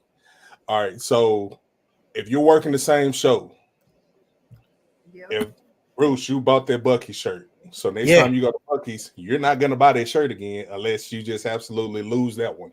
Right. So I put it in my mind like, hey, they already bought it. I got to keep coming with something new, like a new pair of shoes every few months. So every few shows, I show up with a totally new design. But what I do is, all right, in Memphis, we can kind of cheat because we had the VIP and the meet and greet stuff before the actual show goes on.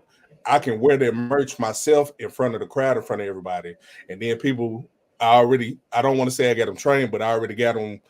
They already know that, hey, every couple of shows, Tumor is going to have a different shirt on. And when they see it, hey, I like this shirt. You got something for sale? Not today, but let me know what's going on. If you want one, I can make you one. That's how I know how many to make. And then I come home, take them to the next show, sell out of those. But every few shows, if I'm working the same spot, every few shows, I try to have a different design. But whatever I don't sell, I can stockpile all of that, take it to like another show like in Tuckerman, and lay all that shit out on the table at once and have a big variety. Right. So I finally sold out of my the punk rock strong style shirts. I mean, I'd been sitting on these last like 5 for a bit. But like I'd had like 10 left, and so what I did is, and something I would recommend, like sometimes you have to bite the bullet, and if you don't like sell out, then offer like a previous design but lower the price of it. Oh yeah, dude. Then you can offload it, or do like hey, if you buy 2 of this new design, I'll throw an old design in there for nothing. Or, you know, do what I do when I do 8x10s in a shirt is, yeah, you did, Clown. I think you bought one for you and your son, I believe. Hey, so I kind of cheat. So hey, you just said he bought one for him and his son. So I have like a bag full of Naruto headbands. And I will find one kid and I will give that kid a headband, sometimes 2, maybe 3. They're gonna run around and take pictures and show out with all the other kids, and those kids are gonna be like, "What's that? I want one too." Mommy, daddy, let's go to the merch table. Hey, how much of Right. those earbands? Earbands are $3. Hey man, how much of these shirts? Hey, my shirts are 50, one for 15, two for 25. Let me go and get two of those shirts on top of that. Oh yeah. Right. Right. Man, And I've without had and people buy without, you know, stickers, 8x10s, and I'm like, hey, look, if you buy my shirts are 20, 8x10s are 5, and stickers are 2. But if you buy a shirt, you get a sticker. You buy an 8x or two 8x10s, you get a sticker. You buy an 8x10 and a shirt, and I'm and a sticker. I might just be like, hey, look, let's do 25 for the whole lot still, like, don't be afraid to negotiate, don't undercut yourself, but you Mhm. know if you're feeling generous or something, sometimes you got to do that, especially the best time to negotiate is around holiday seasons in Yep. wrestling, because people are going to want to buy it, but what are people going to be really stingy about around holiday season's money? So it's like, right, oh right. well, hey, look, I can, be willing to work with people, but don't undercut yourself to where you lose money either. Because at the Yep. end of the day, we all want to make money doing this too. So I ain't gonna lie to you. It's the same way with promoters who we taking bookings. Like, I just had somebody wanted me to drive to Nebraska, and he was like, "Man, I can only offer you $100. I can't do it. You want me to Right. drive 12 hours for $100? I'm sorry, I can't." Well, it depends on the event. So, Agreed. so when people hit me up for bookings, and I know this finna sound like I'm on the high horse, but when people hit me up for bookings, I ask them, "Who am I working? Can you send me footage of their work, and can you send me footage of your event?" In that I'm watching to see how this guy works in the ring. I mean, we all study everything wrestling wise, but I study future opponents that I never worked, like I'm watching football tapes. But I'm also watching footage from those previous events of whatever company that I'm working. I'm watching the crowd to see, hey, what this crowd like, what they don't like, what are they popping to, what are they reacting to. More importantly, is it enough people there the way I think I can make something? That way I can give the promoter a cut. If I go to EPW in Mississippi, I don't got to worry about nothing. Because I know they're going to take care of me PO wise for getting down there. 9 times out of 10, they're going to take care of a hotel for me. And then on top of that, whatever I make on merch is whatever I make on merch. yeah, you got to something else that I've ran into at a couple of shows. I remember one, and I'm glad they don't do it anymore, but I remember there for a while they charged you to rent out a merch table, and I'm like, Yeah, I know exactly what you're talking about. I think I and know I'm who you're like, talking to. it's like, look, man, like if you're taking a pay cut, and you're paying your roster or this guy X amount. If you rent merch from their table, or if they rent a merch table from you, chances are it's like that might be that person's PO and then some. And now the only money they're making is off merch. And sometimes that's merch is really where it's at anyway. But it's like, oh man, just, like cut a guy a break too. And then I've had like one or two promoters like ask me about like, well, if you sell some merch, can we have a percentage? And I'm like, did you help pay for this? Right, right. No, Look, then fuck and no. at a lot of Unfortunately, places, no. a lot of places, have you've done the thing. I mean, you guys have probably both done the thing where you guarantee for a certain amount, and then at the end of the night, you're putting up your merch, and then the promoter comes and he's like, "Hey, man, looks like you made a pretty good amount of money on merch. I'm gonna have to drop your PO," and then you're Hey, like, see, see about that. I'm gonna have to take some home. Right, right. Exactly, exactly. I had a show that I wrestled a couple months back, and I was a last second add on, and but the guy, like, I went to go talk about money, and then the guy was like, "Well, no, we did. We talked about you wrestling and not getting paid." And I remember telling Will, I go, "If that guy didn't pay me, this was a ring he rented, and that canvas probably would have came home with me." Right. Then I would have stole his tie and jacket too, because that would have also came off with I'm not gonna lie, man. Last year I had a booking, and I was super proud about the booking too, because it was in Atlanta during Black History Month, during Juneteenth celebration, and the promoter he disappeared. He just left, vanished. Oh. Didn't respond to me or anybody else until like 2 days later, and then I was out on the way home. I was conflicted. I was like, man, should I call this out? Should I say something? Should I post something? But dude was steady posting pictures and talking about the event like it was this huge success when we know it was a clusterfuck. So I was like, hey, it's crazy. We can do all this posting and promoting and stuff, but we can't answer a text message about getting paid. But what make it even worse is when I was face to face and brought up, hey, you said you was coming right back and you disappeared. That turned into like a little ordeal to where I guess it picked up enough steam to where a few people started stepping up and were like, hey man, you need to pay this man because you had him come from Arkansas all the way to Georgia for nothing. And it wasn't just me. You wasted my time. Clown was with me. You wasted Clown's time. Hell, when we got there, bro, dude didn't even have anybody to unload the ring out the truck. Me and Clown was helping him undo this shit. That's how unorganized it was. So it turned into a thing, and I told him, like, look, bro, you had your mind made up that you wasn't gonna pay me. That's why you felt comfortable doing what you did. We had nothing else to discuss. I had no respect for you anymore. Just let me know when the footage is gonna drop. That footage never dropped. But what did was the fact that I posted about it on Twitter. Other people started speaking up about it to the fact that where a blog site in Georgia that follow Georgia wrestling, they picked it up. And they started calling them out like, yeah, they were like, hey, it happened with me, Jacob, Myron Reed. It was a list of people that he didn't pay. So man, I hate that. It's like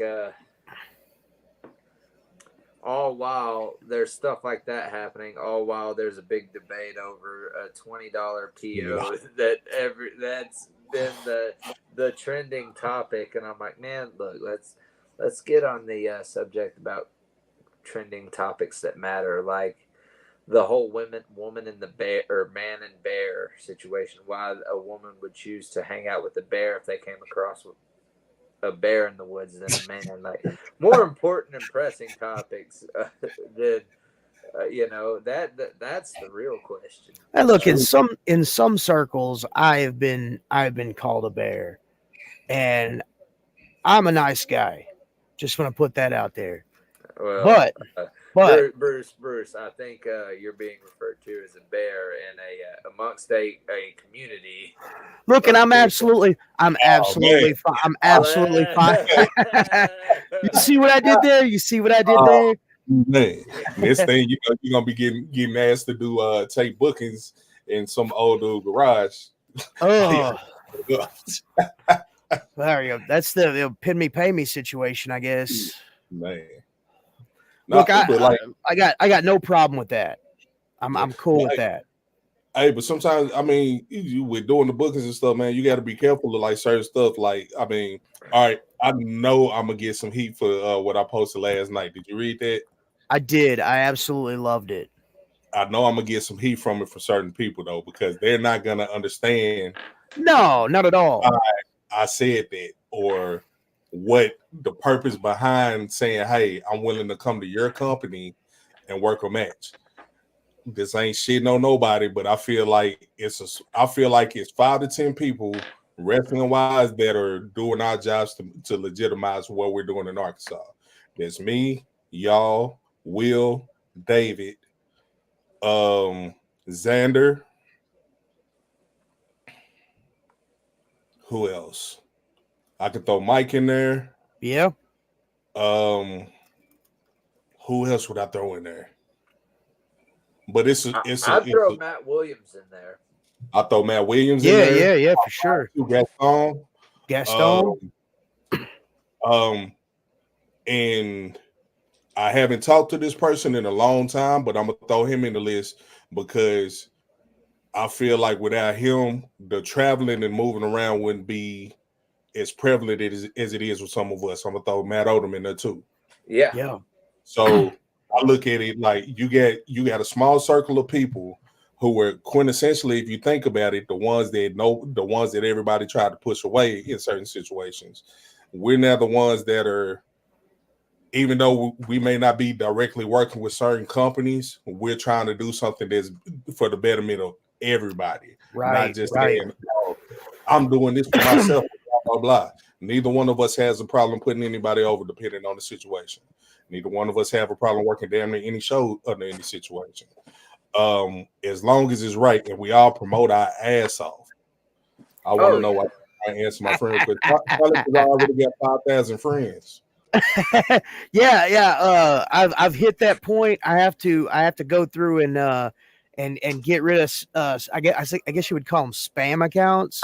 Either that or I got some people. Yeah. Oh, that's what I'm. Yeah, another duplicate fifth- accounts. Oh man, it's fifth crazy. account for the week, and I'm just like, write your damn password down at this point. Yeah, it's Right. etiquette, but just, Hey, what's going on, Sam? Good seeing you, man. What's up, Sam? I heard. Look, Look, if y'all guys are just now tuning in, like I know I should have called this the wrestling episode. I'm not alone.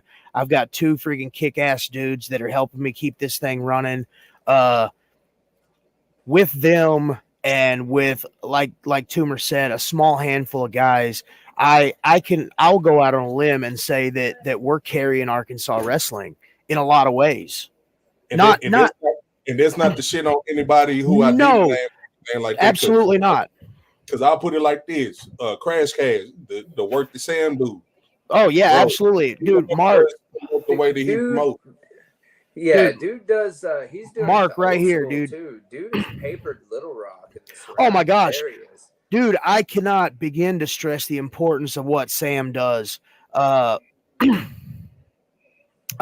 Guys like Mark, I see posts from Mark every day. Not just one company, but dude puts over every company, and he lives in New York. You know what I'm saying? Dude's a legit fan of wrestling.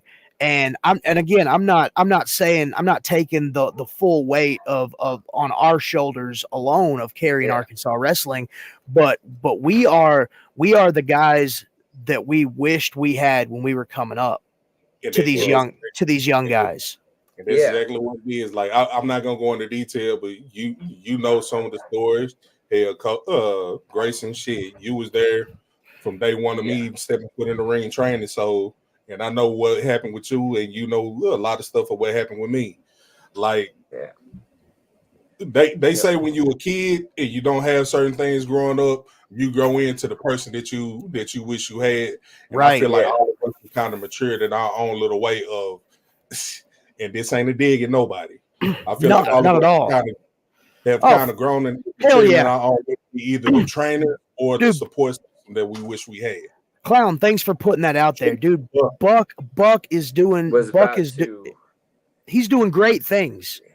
Yep. Yeah, no, and that's the thing is like Buck Skinner is a guy that he's doing great things. He comes back to Arkansas. He promotes his ass off when he's I'm telling you what, like that's exactly right. You know, when you don't have that type of growing up, when you don't have that type of stability, you grow up into the type of stability that you wish you had.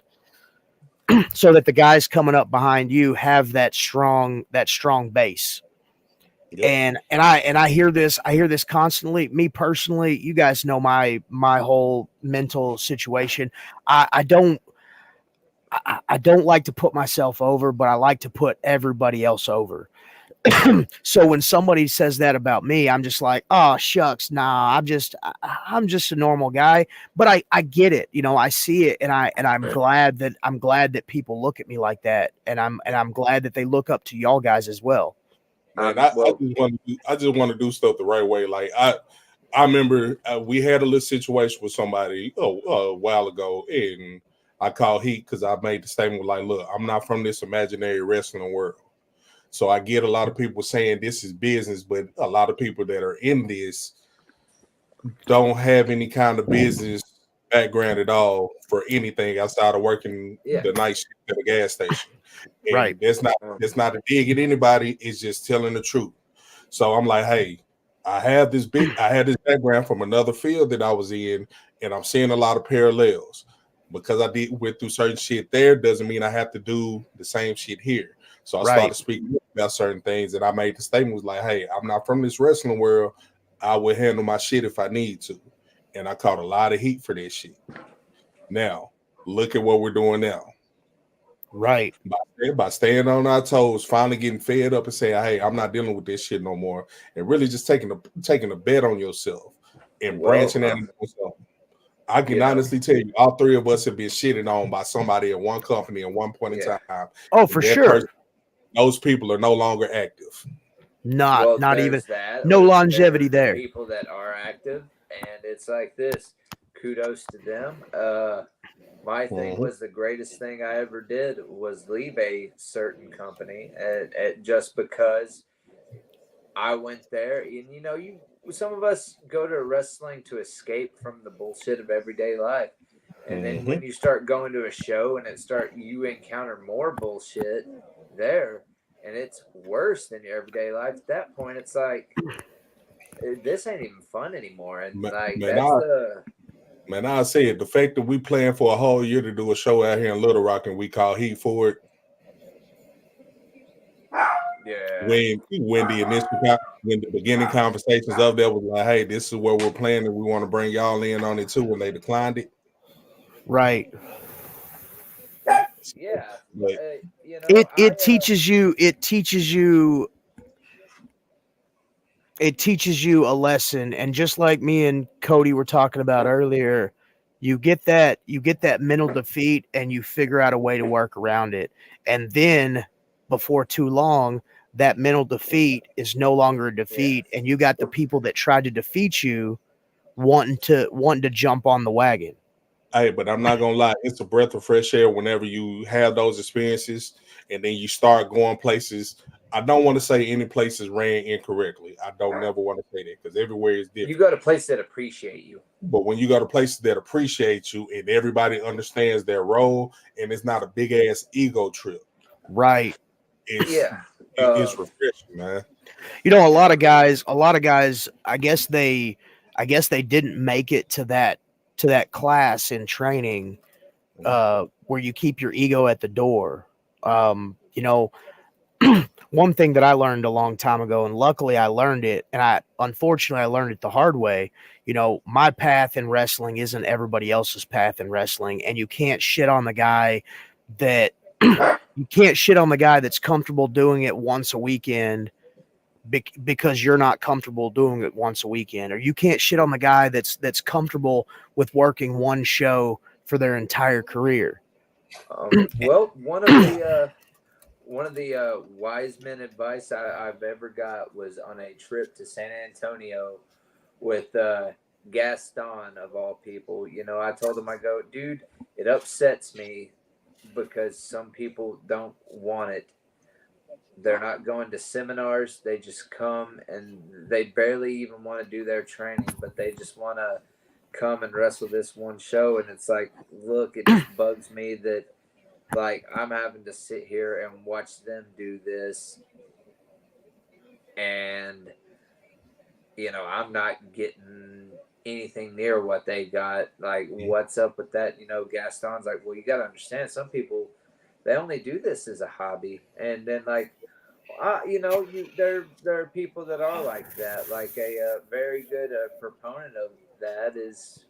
And then, once I started seeing how common that was, like I got a little less mad at it and more understanding over the years.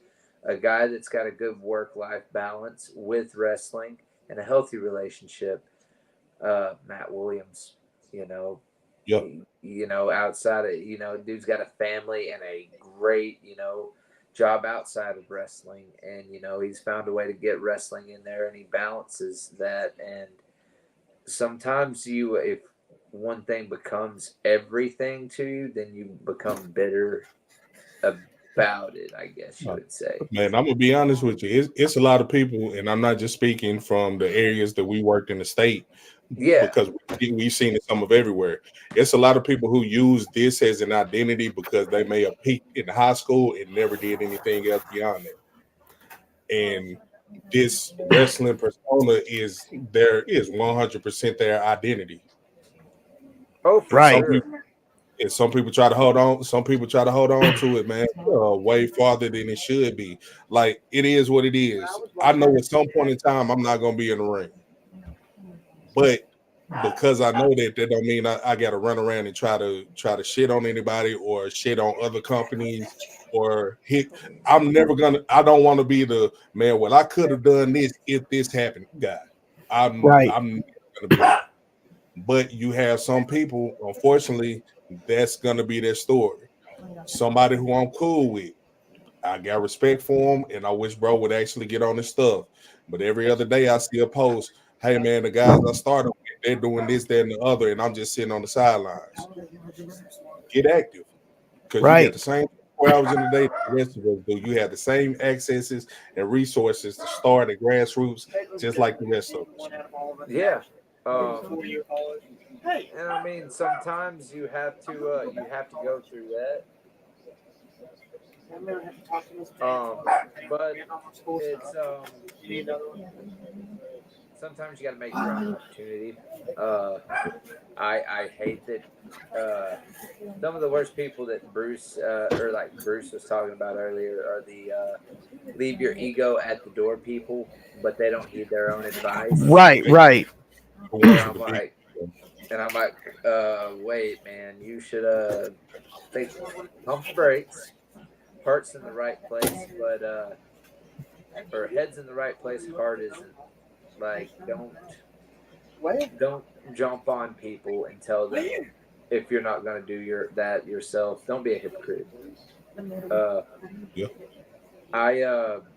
Like we've encountered a lot of different scenarios, like all of us have, and I think we all came out on the better side of it again. We kind of crafted a scene here in Arkansas where now it's one of the things that me and Will have talked about on some car rides is the goal for Arkansas is like you get a bigger indie name and say they're going from Tennessee to Texas and they've got a 3-day loop, one show in Tennessee, one show in Texas, and then there's like in between and say they were like driving from say they're from like Jersey or something and they're in Tennessee and then Texas.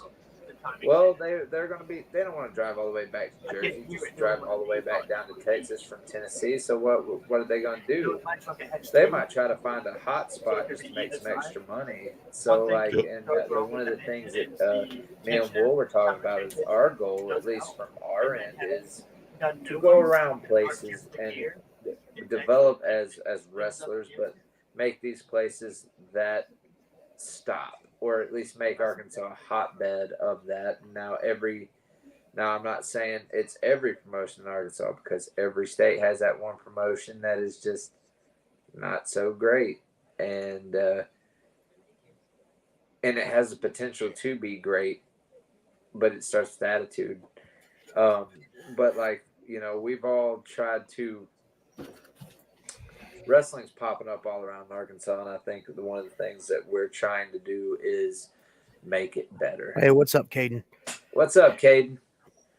Yeah, and that's the goal. We wanna make Arkansas mean something again. And a lot of places, us growing up in the business, to us it meant something, but there was like a lull, and I feel like there was a lull, and we're trying to do our best to breathe life into it again. Not that it was dying, but I that think it the was. lull came when the athletic commission got involved because I remember training in Jonesboro for Rodney Mack back in like 08, 09.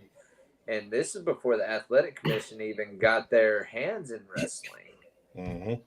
Because like the athletic commission in Arkansas has been in and out of wrestling for years now, but it's like when the athletic commission got involved, then like all these places started going defunct, and then there was a lull because now what's happening? People are don't want to pay the promoter fee or for a promoter's license and show fee and taxes on that.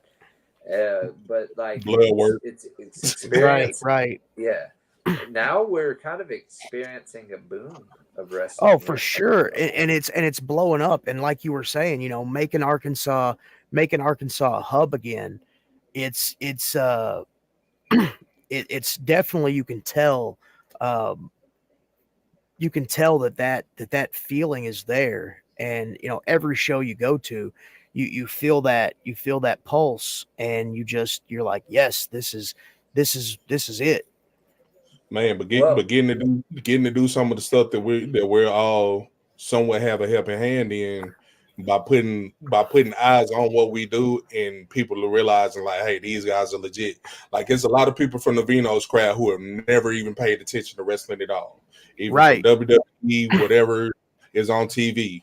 Um, I did Corey's podcast, and he was like, dude, I never knew none of this was here. And we was just at a show, and you staple the guy's forehead pizza right in front of my nuts. And I thought it was crazy.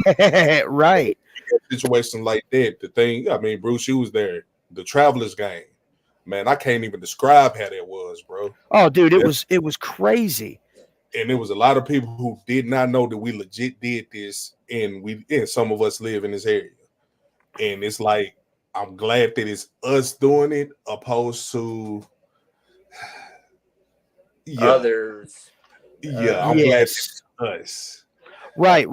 And I'm not, Yes. and I get where you're going with this. It's not necessarily giving that crowd a bad representation of what wrestling is, but it was our opportunity to give them a good representation of what Yeah. wrestling is, and I guarantee a lot of those people left that Travelers game wrestling fans, even if they weren't, because a lot of those cats, a lot of those guys, they were there for the ball game, and then they were like, oh, there's wrestling.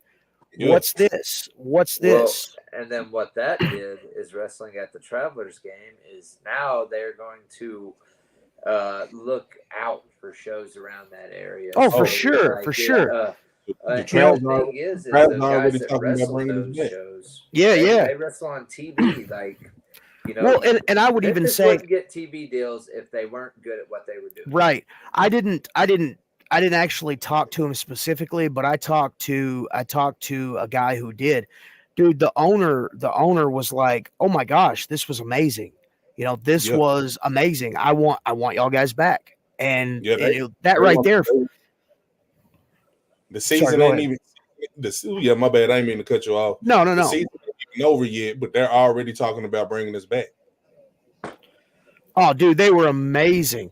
And just that whole energy from that show, it got the ball rolling in the right direction for wrestling, cuz now, those people that came to that show, like you said, that aren't wrestling fans are now wrestling fans. Bro, and then on top of that, like I feel like you and Will, whenever y'all get in doing stuff like this, like y'all are gonna like blow up to the moon. What we was all right, there was this little blind kid. I'm not gonna say his real name, but he called himself Super Lucha. We made the whole show about him and made that kid's day. And Oh, like dude, seeing that he's front row, he front row listening to everything, can't see nothing, but he the most excited kid there. And everybody who went over made sure that at the end of that match, everybody was chanting for him. Like it's little stuff like that I think wins people over more than what we're doing in the ring, because they see, hey, it's not just look at me. We're finding ways to make the show about them as well too. Well, I mean, it's those moments that are actually bigger than wrestling itself. Exactly. Those moments for somebody else. and being sorry, The go ahead. coolest thing that I will actually say is I have it hanging up over here. Is a fan made me this. Not a wrestling fan at all until they came to a show, but it's like they saw what I did and they saw that I was wearing the CM Punk Trans Pride flag shirt, and you know, and so like ever since then, their relative was like, "Hey, this kid really looks up to you," And so because of that, made them a wrestling fan. The other day when I was at Diamond State, they're like, "Oh, I wanted to give you something because you've got me back into art and stuff." So I did like this little bead art thing, and Oh, dude, that is dope. did that. So that was like the coolest gift that Yeah, I've received from like a fan. So that was my, and I teared up, like looking at it, like I had to fight it back for sure. But it was that moment of, I share the same sentiment with Kazuchika Okada and the. I want to take non-wrestling fans and make them wrestling fans. Like you have wrestling fans there, they're going to come back no matter what. But if you can take a non-wrestling fan and turn them into a wrestling fan, you can almost, that's a whole new core memory for them, because like you think about the matches that made you fall in love with wrestling. Right. So I was your first exposure, I was just And about to so- say that. Uh, Thinking back, all of us, all of us are wrestling fans, and we can all pinpoint a different moment or a time where we were wrestling fans, or even when we weren't wrestling fans, when we found wrestling. You know what I'm saying? Or when wrestling found us, and we can remember that moment. And I can't remember where it was at, but I was at a spot and somebody was speaking, and they basically made the analogy of a wrestling show and a wrestling match is all about a moment. If you're in the ring and you have that crowd interaction and you create a moment with a fan, that's something that they're going to take away, and it's going to be with them forever. So with the Super Lucha Kid, that right there, oh my gosh, that's what wrestling is. You know what I'm saying? Sorry, you can probably hear my dogs in the background losing their shit. Oh yeah, but- because my dog barks too, so they're probably But- losing their but stuff. you guys know what I mean. Like creating those Yeah. moments. Everything, all we have is time on this earth, and then just getting a little a little bit of that, and being able to share that with somebody else. Everything that we do is moments. Your graduation, your when you get married, when you have your first child, all of that stuff sticks with you and it becomes who you are. So wrestling, if it facilitates creating a moment, it's just boom, it just hits. And that's the allure of wrestling for a lot of us. Yeah, 100%. Because then it's like once you create those moments and stuff like that, like not only do they remember it, but you remember it too. Right. And because it's something special. It is. There's just something special about like what we do, that like the miles, that fucking injuries, all of that. Right. It's all worth it. The money lost, yeah, no, it's worth it, because like we get to create moments in a similar vein that people before us did for us. So it is it's amazing to see how like even that comes back around, and like grateful to be a part of it, and grateful for it. Man, now some of the stuff that I'm getting fortunate enough to check out is being around some of the people that we grew up watching and being able to have like genuine conversations with them, like nothing even about wrestling. So, Oh, it's a trip, bro. It's a trip. Yeah. so I remember. mean, Sorry. go ahead, bro. No, I can remember one of the earliest conversations I had with a guy that I watched on television. It was I'd probably been in the business for 3 years, and it was with Bill Dundee. Just having a normal man-to-man conversation with him that didn't even involve wrestling. It was like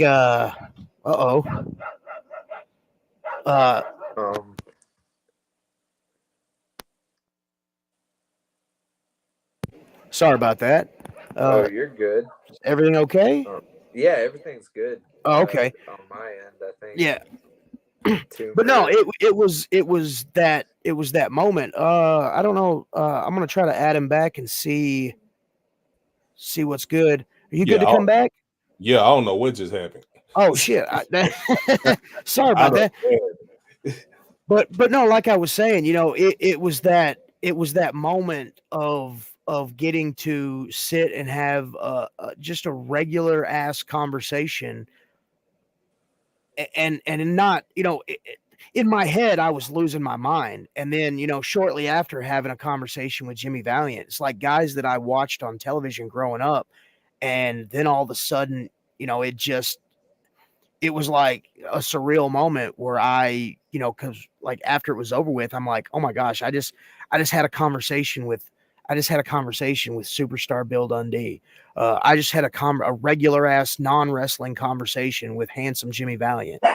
It was that weird moment for me. Man, I'm gonna keep it real with you. Like, wait, so doing music as long as I did, like I was used to being around like celebrities and stuff. Because hey, Right. half the time they would come to Little Rock, I was on the security crew. But getting into wrestling, I was never starstruck or anything like that. But like Tommy, when I got to talk to Tommy Dreamer, he said something to me that like put all of this into perspective for me. And I'm pretty sure other people heard people tell stories of like Regal or somebody else selling them this. I asked him straight over, like, "Hey man, how can I get hired by Impact?" Hypothetically, he was like, "You really want to know? You want the honest truth?" I was like, "Yeah." He was like, "Get fired from WWE," and I was like, "Damn." And he was like, "Man, you got to understand, like." A lot of these bigger companies, they're not going to want you unless they see something in you that they can build, or unless you made a name for yourself somewhere else. If you get fired from WWE, that means you was doing something to where they know that you're coachable and you're teachable, because they're not inviting just anybody to those tryouts and those seminars. Right. But Yeah. on the first end, it's damn near impossible to get into WWE unless, I mean, things are slowly changing now because I heard they're opening back up and going away from the whole you have to 100% go through the training center and all of that stuff. I mean, you still have to, but it's getting away from the 25-year age limit pretty much. Yeah, yeah. Saturday I just did a Gabe Sapolsky seminar at the School of Morton. Dude, it was eye opening. Yeah. And Gabe is another one. Gabe will give you all the information in the world if he like you. Yeah. And so it's kind of getting away from that 25-year age cap, but it's still damn near impossible to get on their radar because these NIL deals, they're scouting college kids and they want to bring people in who have nothing in regards to wrestling. Yeah, That way they can build blank up slates. blank slate. Yeah. But they're gonna have those indie guys that are sprinkled in to walk those guys through how to do Right. certain stuff and walk them Right. through matches and stuff. Oh yeah.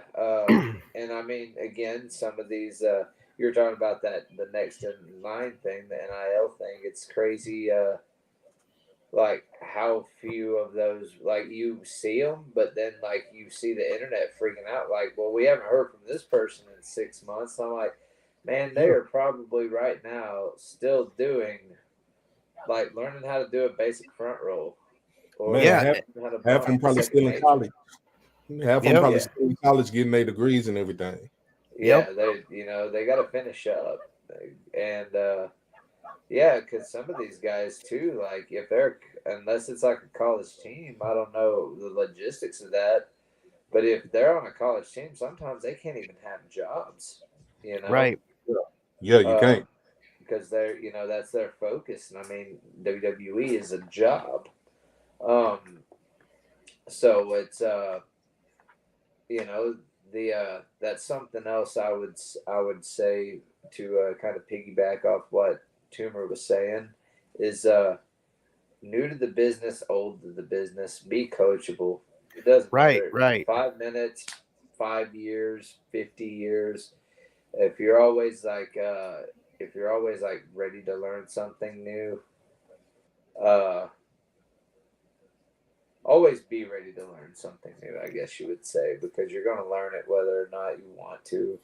So it's better to just kind of take the experience and learn Right. from it. And never, wrestling is fluid. Never be married to one specific thing, because things are always changing, you know what I'm saying?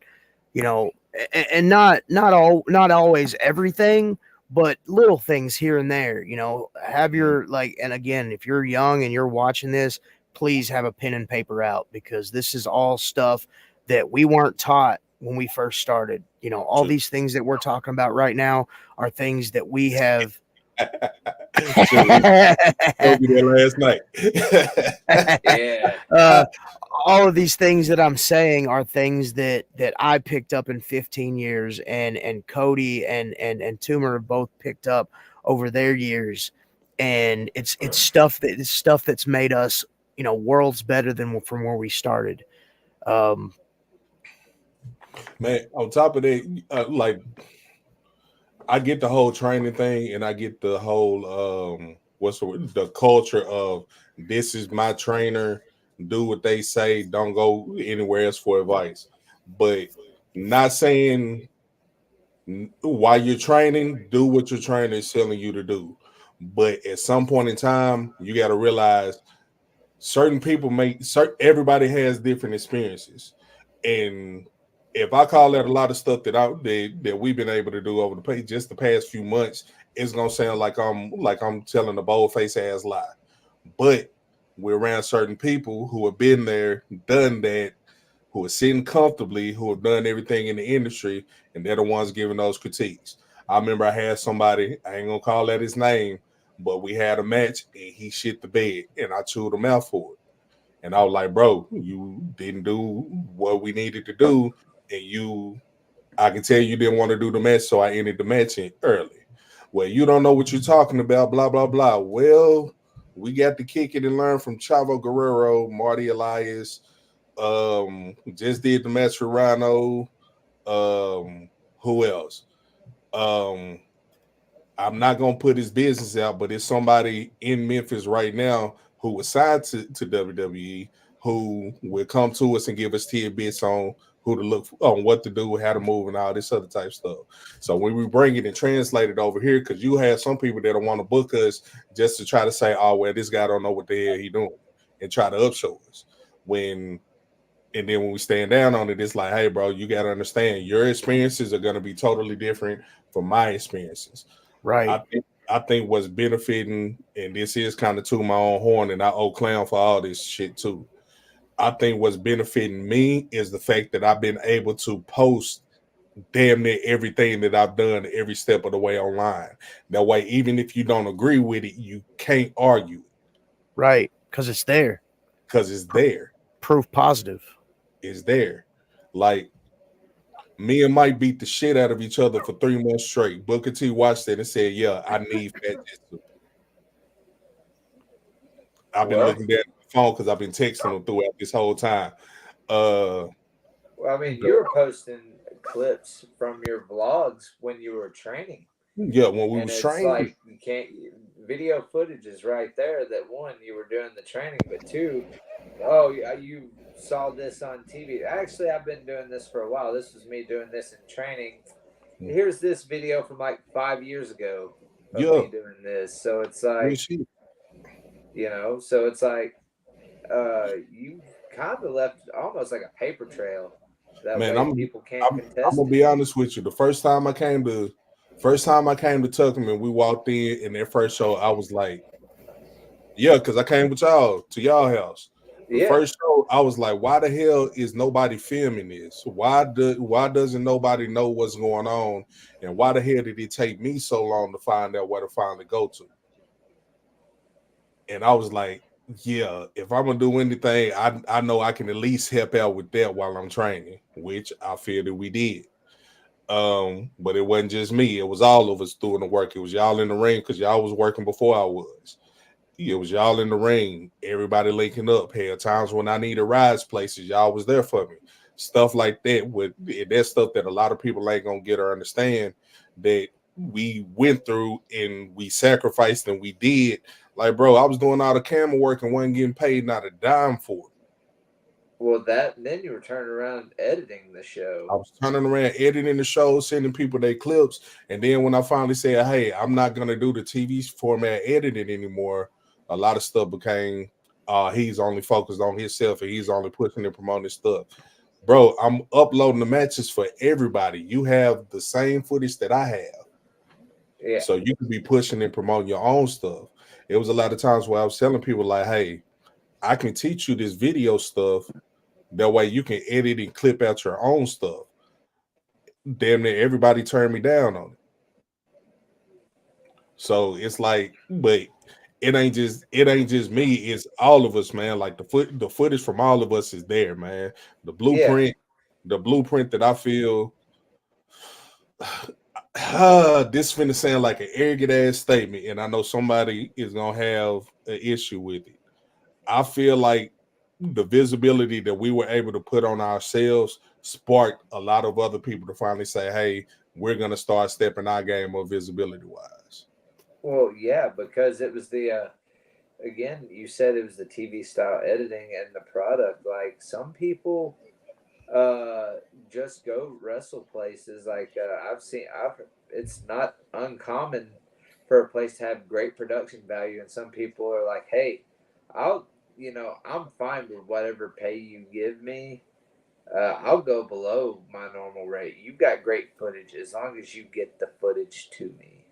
That's it. There's some places that they gatekeep and bogart footage. There's a gentleman, I won't mention his name, but he's a guy that I'm in a group with in another promotion. He's like, I went and bought a professional camera just so I could record my matches because I deal with a lot of promoters like gatekeeping footage. He's like, and it's ridiculous. Yeah, dude. Well, you can't use that footage because it's at my show. Bro, I'm on your show. Okay, that's cool. I'll just record myself. For real. Yeah. I'm not gonna lie to you. I ask people, I'm not gonna say his name because I don't know if it's an issue. I just know he called himself trying to cuss all us out before he stormed out because he was pissed off about something stupid. But he used to be an older gentleman who used to show up at all the shows and help film. Y'all know who I'm talking about. Yep. I would take my PO and I would pay him to let me copy the footage. And that's how I was getting like those angles when I wasn't able to be out there on my own. Now, I'm getting to a point now to where it's like, hey, if you ain't got some kind of camera set up a system, I don't want to work the show. Right. Well, what's the point? A lot of I wouldn't. Again, it's not me bashing anybody in general or saying anything bad about any promotion, but it's almost to the point to where like even getting those camera that footage. It's key to a wrestler's development because when you're going to make a highlight reel, like you could have a 10-minute just crap fest, but you have that one angle of you doing one move that's just the best angle that you could have done it. And the only way you get it is with that, with that footage, or if a promoter will put out the whole show in like a whole like 3-hour format when it's like, hey man, it's not that hard to just press pause and play in between each matches. Yep. And then on top of it, I mean, the wrestling game is just like the rap game. People will watch your footage and steal your stuff. But if you get that blueprint, if you get prints there, you got the paper trail you spoke of. If it's there, you know where that move came from. I ain't gonna lie, it's somebody on SmackDown where he on NXT now. When I saw him do my move, I was pissed. I was thinking of that move, trying to figure out how to do that for like 3-4 months. How the hell? And then he hit AJ Styles with it on SmackDown, and I was red in the face, like, bro, damn. And it took forever to figure that out. Right.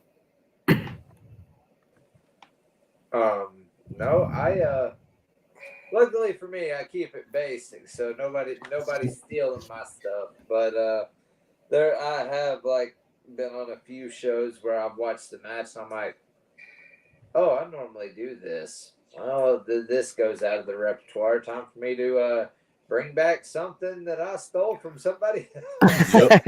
well, in that Or in that, or that I'll joke in that around, I light, stole that move fair and square. in that light, it really it keeps you fresh. If you stop doing a move, there was a move that I used to do, Bridges of Osbury Park. Loved that move, used that as a finisher for years. And then I saw that somebody newer was doing it, and I was like, well, back to the drawing board. And I had a lot of guys tell me like, well, why do you even care? It's not like they're ever going to see you. And I'm like, no, that's true, but I don't want somebody to look at something I did and be like, oh, he's copying so and so. Take the move, but make it your own. Yeah. I mean, Figure out a way to. That's what I did with the Busaiku knee. But right. Like a lot of my lead up into it now is I love Bruiser Brody, so I do the King Kong knee drop right before I hit that Busaiku, and then before that it's rapid fire headbutts and then a knee trembler. And I think like chaining all of that together helps make that Busaiku knee more effective, because now one, I've got a move I can hit out of anywhere, but two, I've just beat this guy's head in, and so what am I doing? I'm just lining up for the final shot. And so so there is some imitation that can go on, but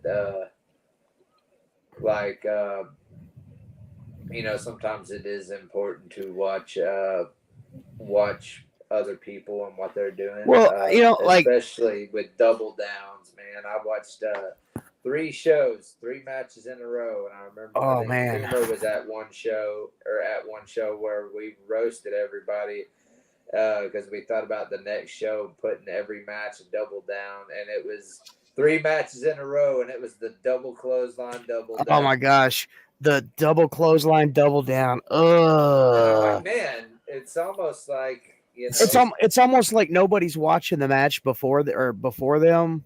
Yeah. You know what I'm saying? But no, I look at that kind of like how I look at merch. It's brand recognition. You take something that somebody does and you modify it, and then it becomes your own. Yeah. I mean, yeah, y'all probably heard me in the locker room cracking jokes saying this. Like, when you get in the ring, you better not breathe, because that's what I do. Kind of pull the curtain back a little bit on the Travelers show. Oh, dude, I was over there and I was taking notes. Like, I was like, oh, we're first match. Oh, I'm doing all that stuff. Y'all guys, I think I even said that. Y'all guys better not even breathe, because I'm doing that for this long walk to the ring. I'm doing that the whole way. Y'all better not think of doing any kind of entrance to the ring. I'm doing that tonight. So.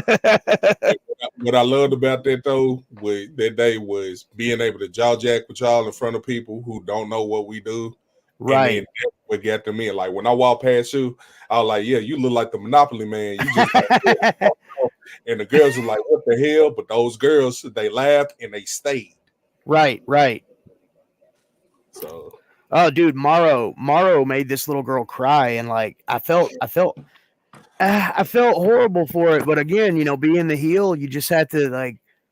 Oh, one of the cops pulled his baton out. I thought we were gonna get got. I was like, somebody film this. Man, no, I made a kid cry at Diamond State, and so now I've got like a fan of me, I guess you would say, where it's like I made the kid cry, and then I ran into him at intermission, and like I'm like, what are you looking at, you ugly little mutt? Like just, and then eventually the dad's like, hey man, that's enough, and I'm like, oh, okay, I pick up what you're putting down. Do you want some too? Joking around. Yeah. But it was a healthy balance. Yeah. Look, it might have been a been a quasi stressful moment, but it was Yeah. still a moment. You know what I'm saying? Yeah. Guarantee the face came by and made it better. Well, anytime I see that kid at the show now, he's always got a sign that says something about Grayson bullies children, or Right. one show they had a birthday party for him, and then he turned around and threw his donut in my face. Oh my gosh. So, but that's the game. That's part of the game we play, man, and that's what it's Yeah. for. It's like that kid is gonna grow up and remember stuff like that. Like, yeah, my dad used to take me to these wrestling shows, and we used to be able to do this, that, and yeah. So I mean, There was this piece of shit there that friggin' made me cry, and I got to throw a donut at him, and it was great. dude. So the whole reason I made him cry was he had a sign because I was wrestling Eric Bronson, said smoking section. Oh my I took his gosh. sign with my turnbuckle and ripped it. And then he started crying. Well, then somebody else gave him their sign. I go, here you go. Handed him the sign, ripped the second one, and then just walked off. So I'm like, oh, man. So somebody else gave him the sign, but I didn't rip that one. But I thought about it, and I'm like, nah, man, that's overkill. Yeah. Well, and you look, that's honestly, that's a part of it. You know, I went to a couple of live events growing up at the Armory in Jonesboro, and you know, you have those moments where, you know, okay, well, maybe this guy went a little overboard, but then when you look back, you're like, again, that was a moment that I had. You know, yeah, this guy was a dick, but then he got beat up, so it was all worth it. You know what I'm saying? Yeah, no. I just it's funny because I remember this wrestling in Batesville, and this will date how long Matt Williams has been in the business for, because I was like 12 watching him get beat up, but he was doing some real heel stuff as he normally does. So watching him get beat up was like the highlight, because he was such a D-bag to me, like, as a fan. And then I got to wrestle him, like, oh, dude, and it's crazy. 20 years down the line. So, you know, so one night I'm sitting in the locker room, and this was just a memory, because Dirty Little Dave took me under his wing early on in my career, and he kind of opened up the wrestling world to me, like the whole Mid-South, you know, introduced me to all kinds of people and places that I would have probably eventually got to, but it would have taken me a lot longer. And so we're sitting in the locker room one night, and he pulls his phone out and he whips through his contacts, and he's like, "Hey man, I got Jimmy Hart's phone number." And I was like, "Oh my gosh, you do?" So, you know, to kind of one up him, I pull my phone out and I scroll down to his name, and I'm like, "Oh yeah, I got Dirty Little Dave's phone number." And he popped hard for it. And me, I'm personally, I'm like, "Look, I watched you wrestle at Ozark Mountain Wrestling, you know, at the Armory in Jonesboro. I watched you on TV. So this for me is a trip, you know, the fact that I'm mentored by a guy who was literally a big part of one of the reasons why I love wrestling in general. You know, to me, that meant the world to me. Man, it's surreal knowing that it's surreal to me knowing that those moments happen for all of us at some point. All right, so we had a joke. We had a joke because y'all know how my gear used to be. We used to joke about me being African American Joe. But then when I went to AEW and got to talk to Joe and show him some of my stuff, he was like, "Yeah, keep doing it. Keep wearing this shit. Keep doing everything you're doing." And then getting to talk to other people like Dean Malenko, who like big men don't come off their feet. Then when I did, he was like, "Yeah, you keep doing this shit." To have those types of moments with those types of people who basically molded a big part of what the industry is today, just to have those moments with them is kind of crazy. And then to come back home and people who may not believe those experiences ever happened will be like, "Well, you know, you shouldn't do this." And you right. Like, sorry, when you when I grow up and I'm watching you on TV, then you could tell me what you want to tell me, and I might listen. Yeah, man. It's amazing, and I think Toomer, to your credit, when somebody says big men shouldn't leave their feet, maybe it's because some of them just aren't good at it. Like whenever people tell me that, I'll be like, all right, so what do you feel about Vader doing the moonsault? What do you think about Bam Bam Bigelow? What do you think? Man. What do you think about the Great Muta doing the Shining Wizard? Right. Yeah, and I mean the thing is, it's like you're not doing a moonsault or anything. It's like you're doing jumping kicks. Yeah. Things that I have seen 90-pound soaking wet people do, and like they jump up for an Enzy, but they barely get knee height. Dude, you're jumping up fucking at least at least a foot or two off the top rope. Man, when me and Moose was in the ring, I popped him because we did a spot where we go back and forth, and then he goes for a spinning forearm, and out of his spin, I catch him with the jumping enziguri. So we go to the back after the match, and now Moose ain't no small dude. Moose is tall. Moose is a good 6'5", 6'6". No, dude, like, player. Look, I'm 6 foot tall, and when I look at Moose, like when I stand next to Moose, I tilt my head almost all the way back. Like, bro, are you ever gonna stop? Like, is the top of you ever gonna stop? Yeah, but it was like when we got to the back, I was joking with him, like, bro, be real. You ain't expect my fat ass to get my foot up there, did you? He's like, nah. He's like, nah, big dog. I had to duck this shit because it was coming too fast. But it's like shit like that, man. It's like not about the move, but having those moments and those experiences, man. And some of us are getting to do, like the stuff. All right, the stuff that y'all getting to do. I ain't gonna go into it, but knowing what the origins of FGA is and the fact that y'all done took it and made it a staple around this motherfucker. Yeah, it's hilarious to me. Right. Because the fact that it was just two buddies that have always wanted to be a tag team, kind of like I'll look at it as we're almost like the Arkansas DX, as we were just disgruntled. And then now it's like, hey, we can be serious, but if you want us to be heels, I think we can do a really good job at being the comedy heels, and just let us go with that. Why? Because we can joke, and it's going to get a reaction.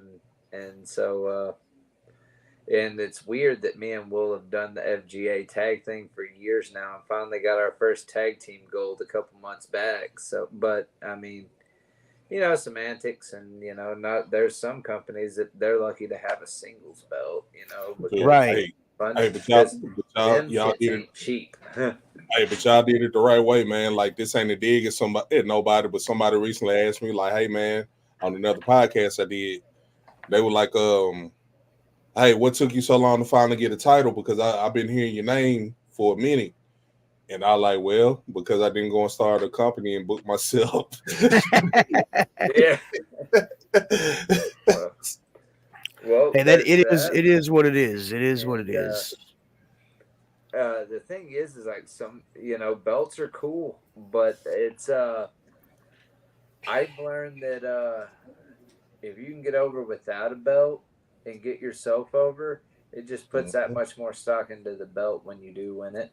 Right. So piggybacking out that part of like that post that I mentioned earlier that I made yesterday, I caught, like I said, this is my perspective of it.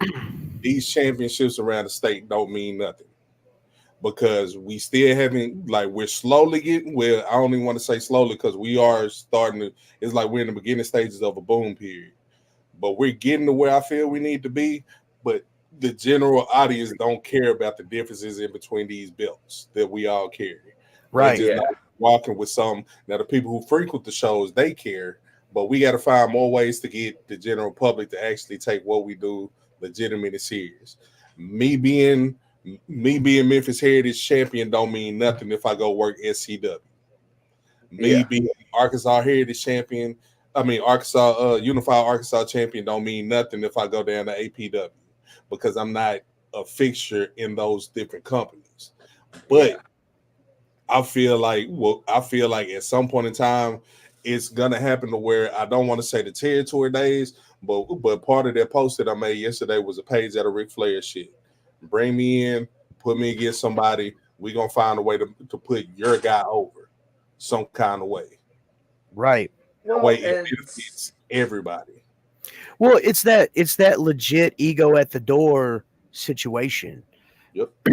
Uh, well, and I saw, I'm in a pretty rocking tag team myself. I'm just gonna put that out there. But I want a the shot at modern that. day Manksters. I want a shot at that title at some point. I'm just gonna throw that out there. I'm just gonna slide that in. Man, look, I'm lucky to get to look at it from a distance. So man, and it's I mean, even if you go in there with the idea of like what's it going to do for business, you also think about as we were talking about earlier, Bruce. It's a way to network because Toomer, you go defend that belt against somebody at a company, you might find an unknown talent that's only known that company, and you're like, what the hell are you doing here? But on top of that, I can also go into a company and find somebody that they may not even be given a chance to. Right. Yeah. Right. And then they, you sit there and you give them that match, and then they'll be like, well, it's like the movie Holes when Zero speaks for the first time. They're like, yo, you talk, hell, what else can you do? Oh, bro, totally unrelated. The Justice League Doom, the Justice League Doomsday. He takes the parademons and splices them with DNA from Doomsday and creates a whole new breed of parademons. And the Suicide Squad is trying to fight him. The whole movie, King Shark only says, "I am King Shark," in King Shark. At the end, when him and Captain Boomerang are about to die, because Captain Boomerang is like, dude, like having full conversation with King Shark, and King Shark is only saying, yeah, King Shark. And they're really going back and forth. Right when they die, King Shark look at him and says, it was an honor to die by your side, my friend. Captain Boomerang looked at him and said, what the fuck? And they died. Oh, shit. But that's what they reminded me of. Well, hell, I seeing the comment of David saying y'all are still going, geez, and seeing the good nights, gentlemen. I think we should probably call it here on that note. Yeah. 10:52, and I got to finish packing for this gig we doing tomorrow. Yep. Well, hell. All man. right, so I appreciate you having me on. Like I guys, didn't want you to fly solo. So guys, I really appreciate you both coming on. You saved my skin. I should have changed the name of this episode from "I'm All Alone" to the wrestling episode. But that's what happens when you get a boatload of a room full of wrestlers together, man. We just ideologies and such. I killed the show. Yep, I killed the show. No, old man. They were peeling off well before. We were just rambling about wrestling, just spitting out that wrestling knowledge. Nah, it's his fault. He killed the show. That's why whole Fred farts in your popcorn. Yeah. Oh. You new truck driving bastard. That's why I hope everybody food you get in your house has a Fred James hair on it. That is hairline. I hope you're driving your nice shiny truck into a mud hole. Oh man, too far. Too far. Oh shit, too far. Let him at least tag it first. Right.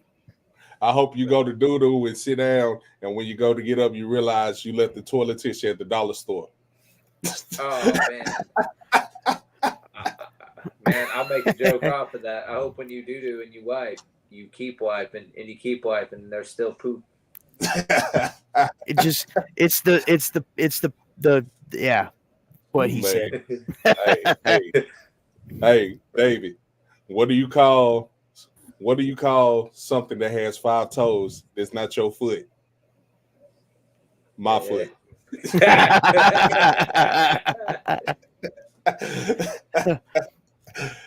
Oh man. Hey, guys. again, thank y'all for having me on, and I'll see y'all guys later. Y'all take Hey, care. absolutely. Thank y'all guys for coming on again. I enjoyed it. I had a blast. Thank you guys all that stuck around, commenting and listening to our wrestling rants. Y'all young cats, I hope y'all learned a lot. Stick with it. Hey, Yes, remember, sir. we getting into summertime. Get ready to bathe every day because some of y'all ain't doing it.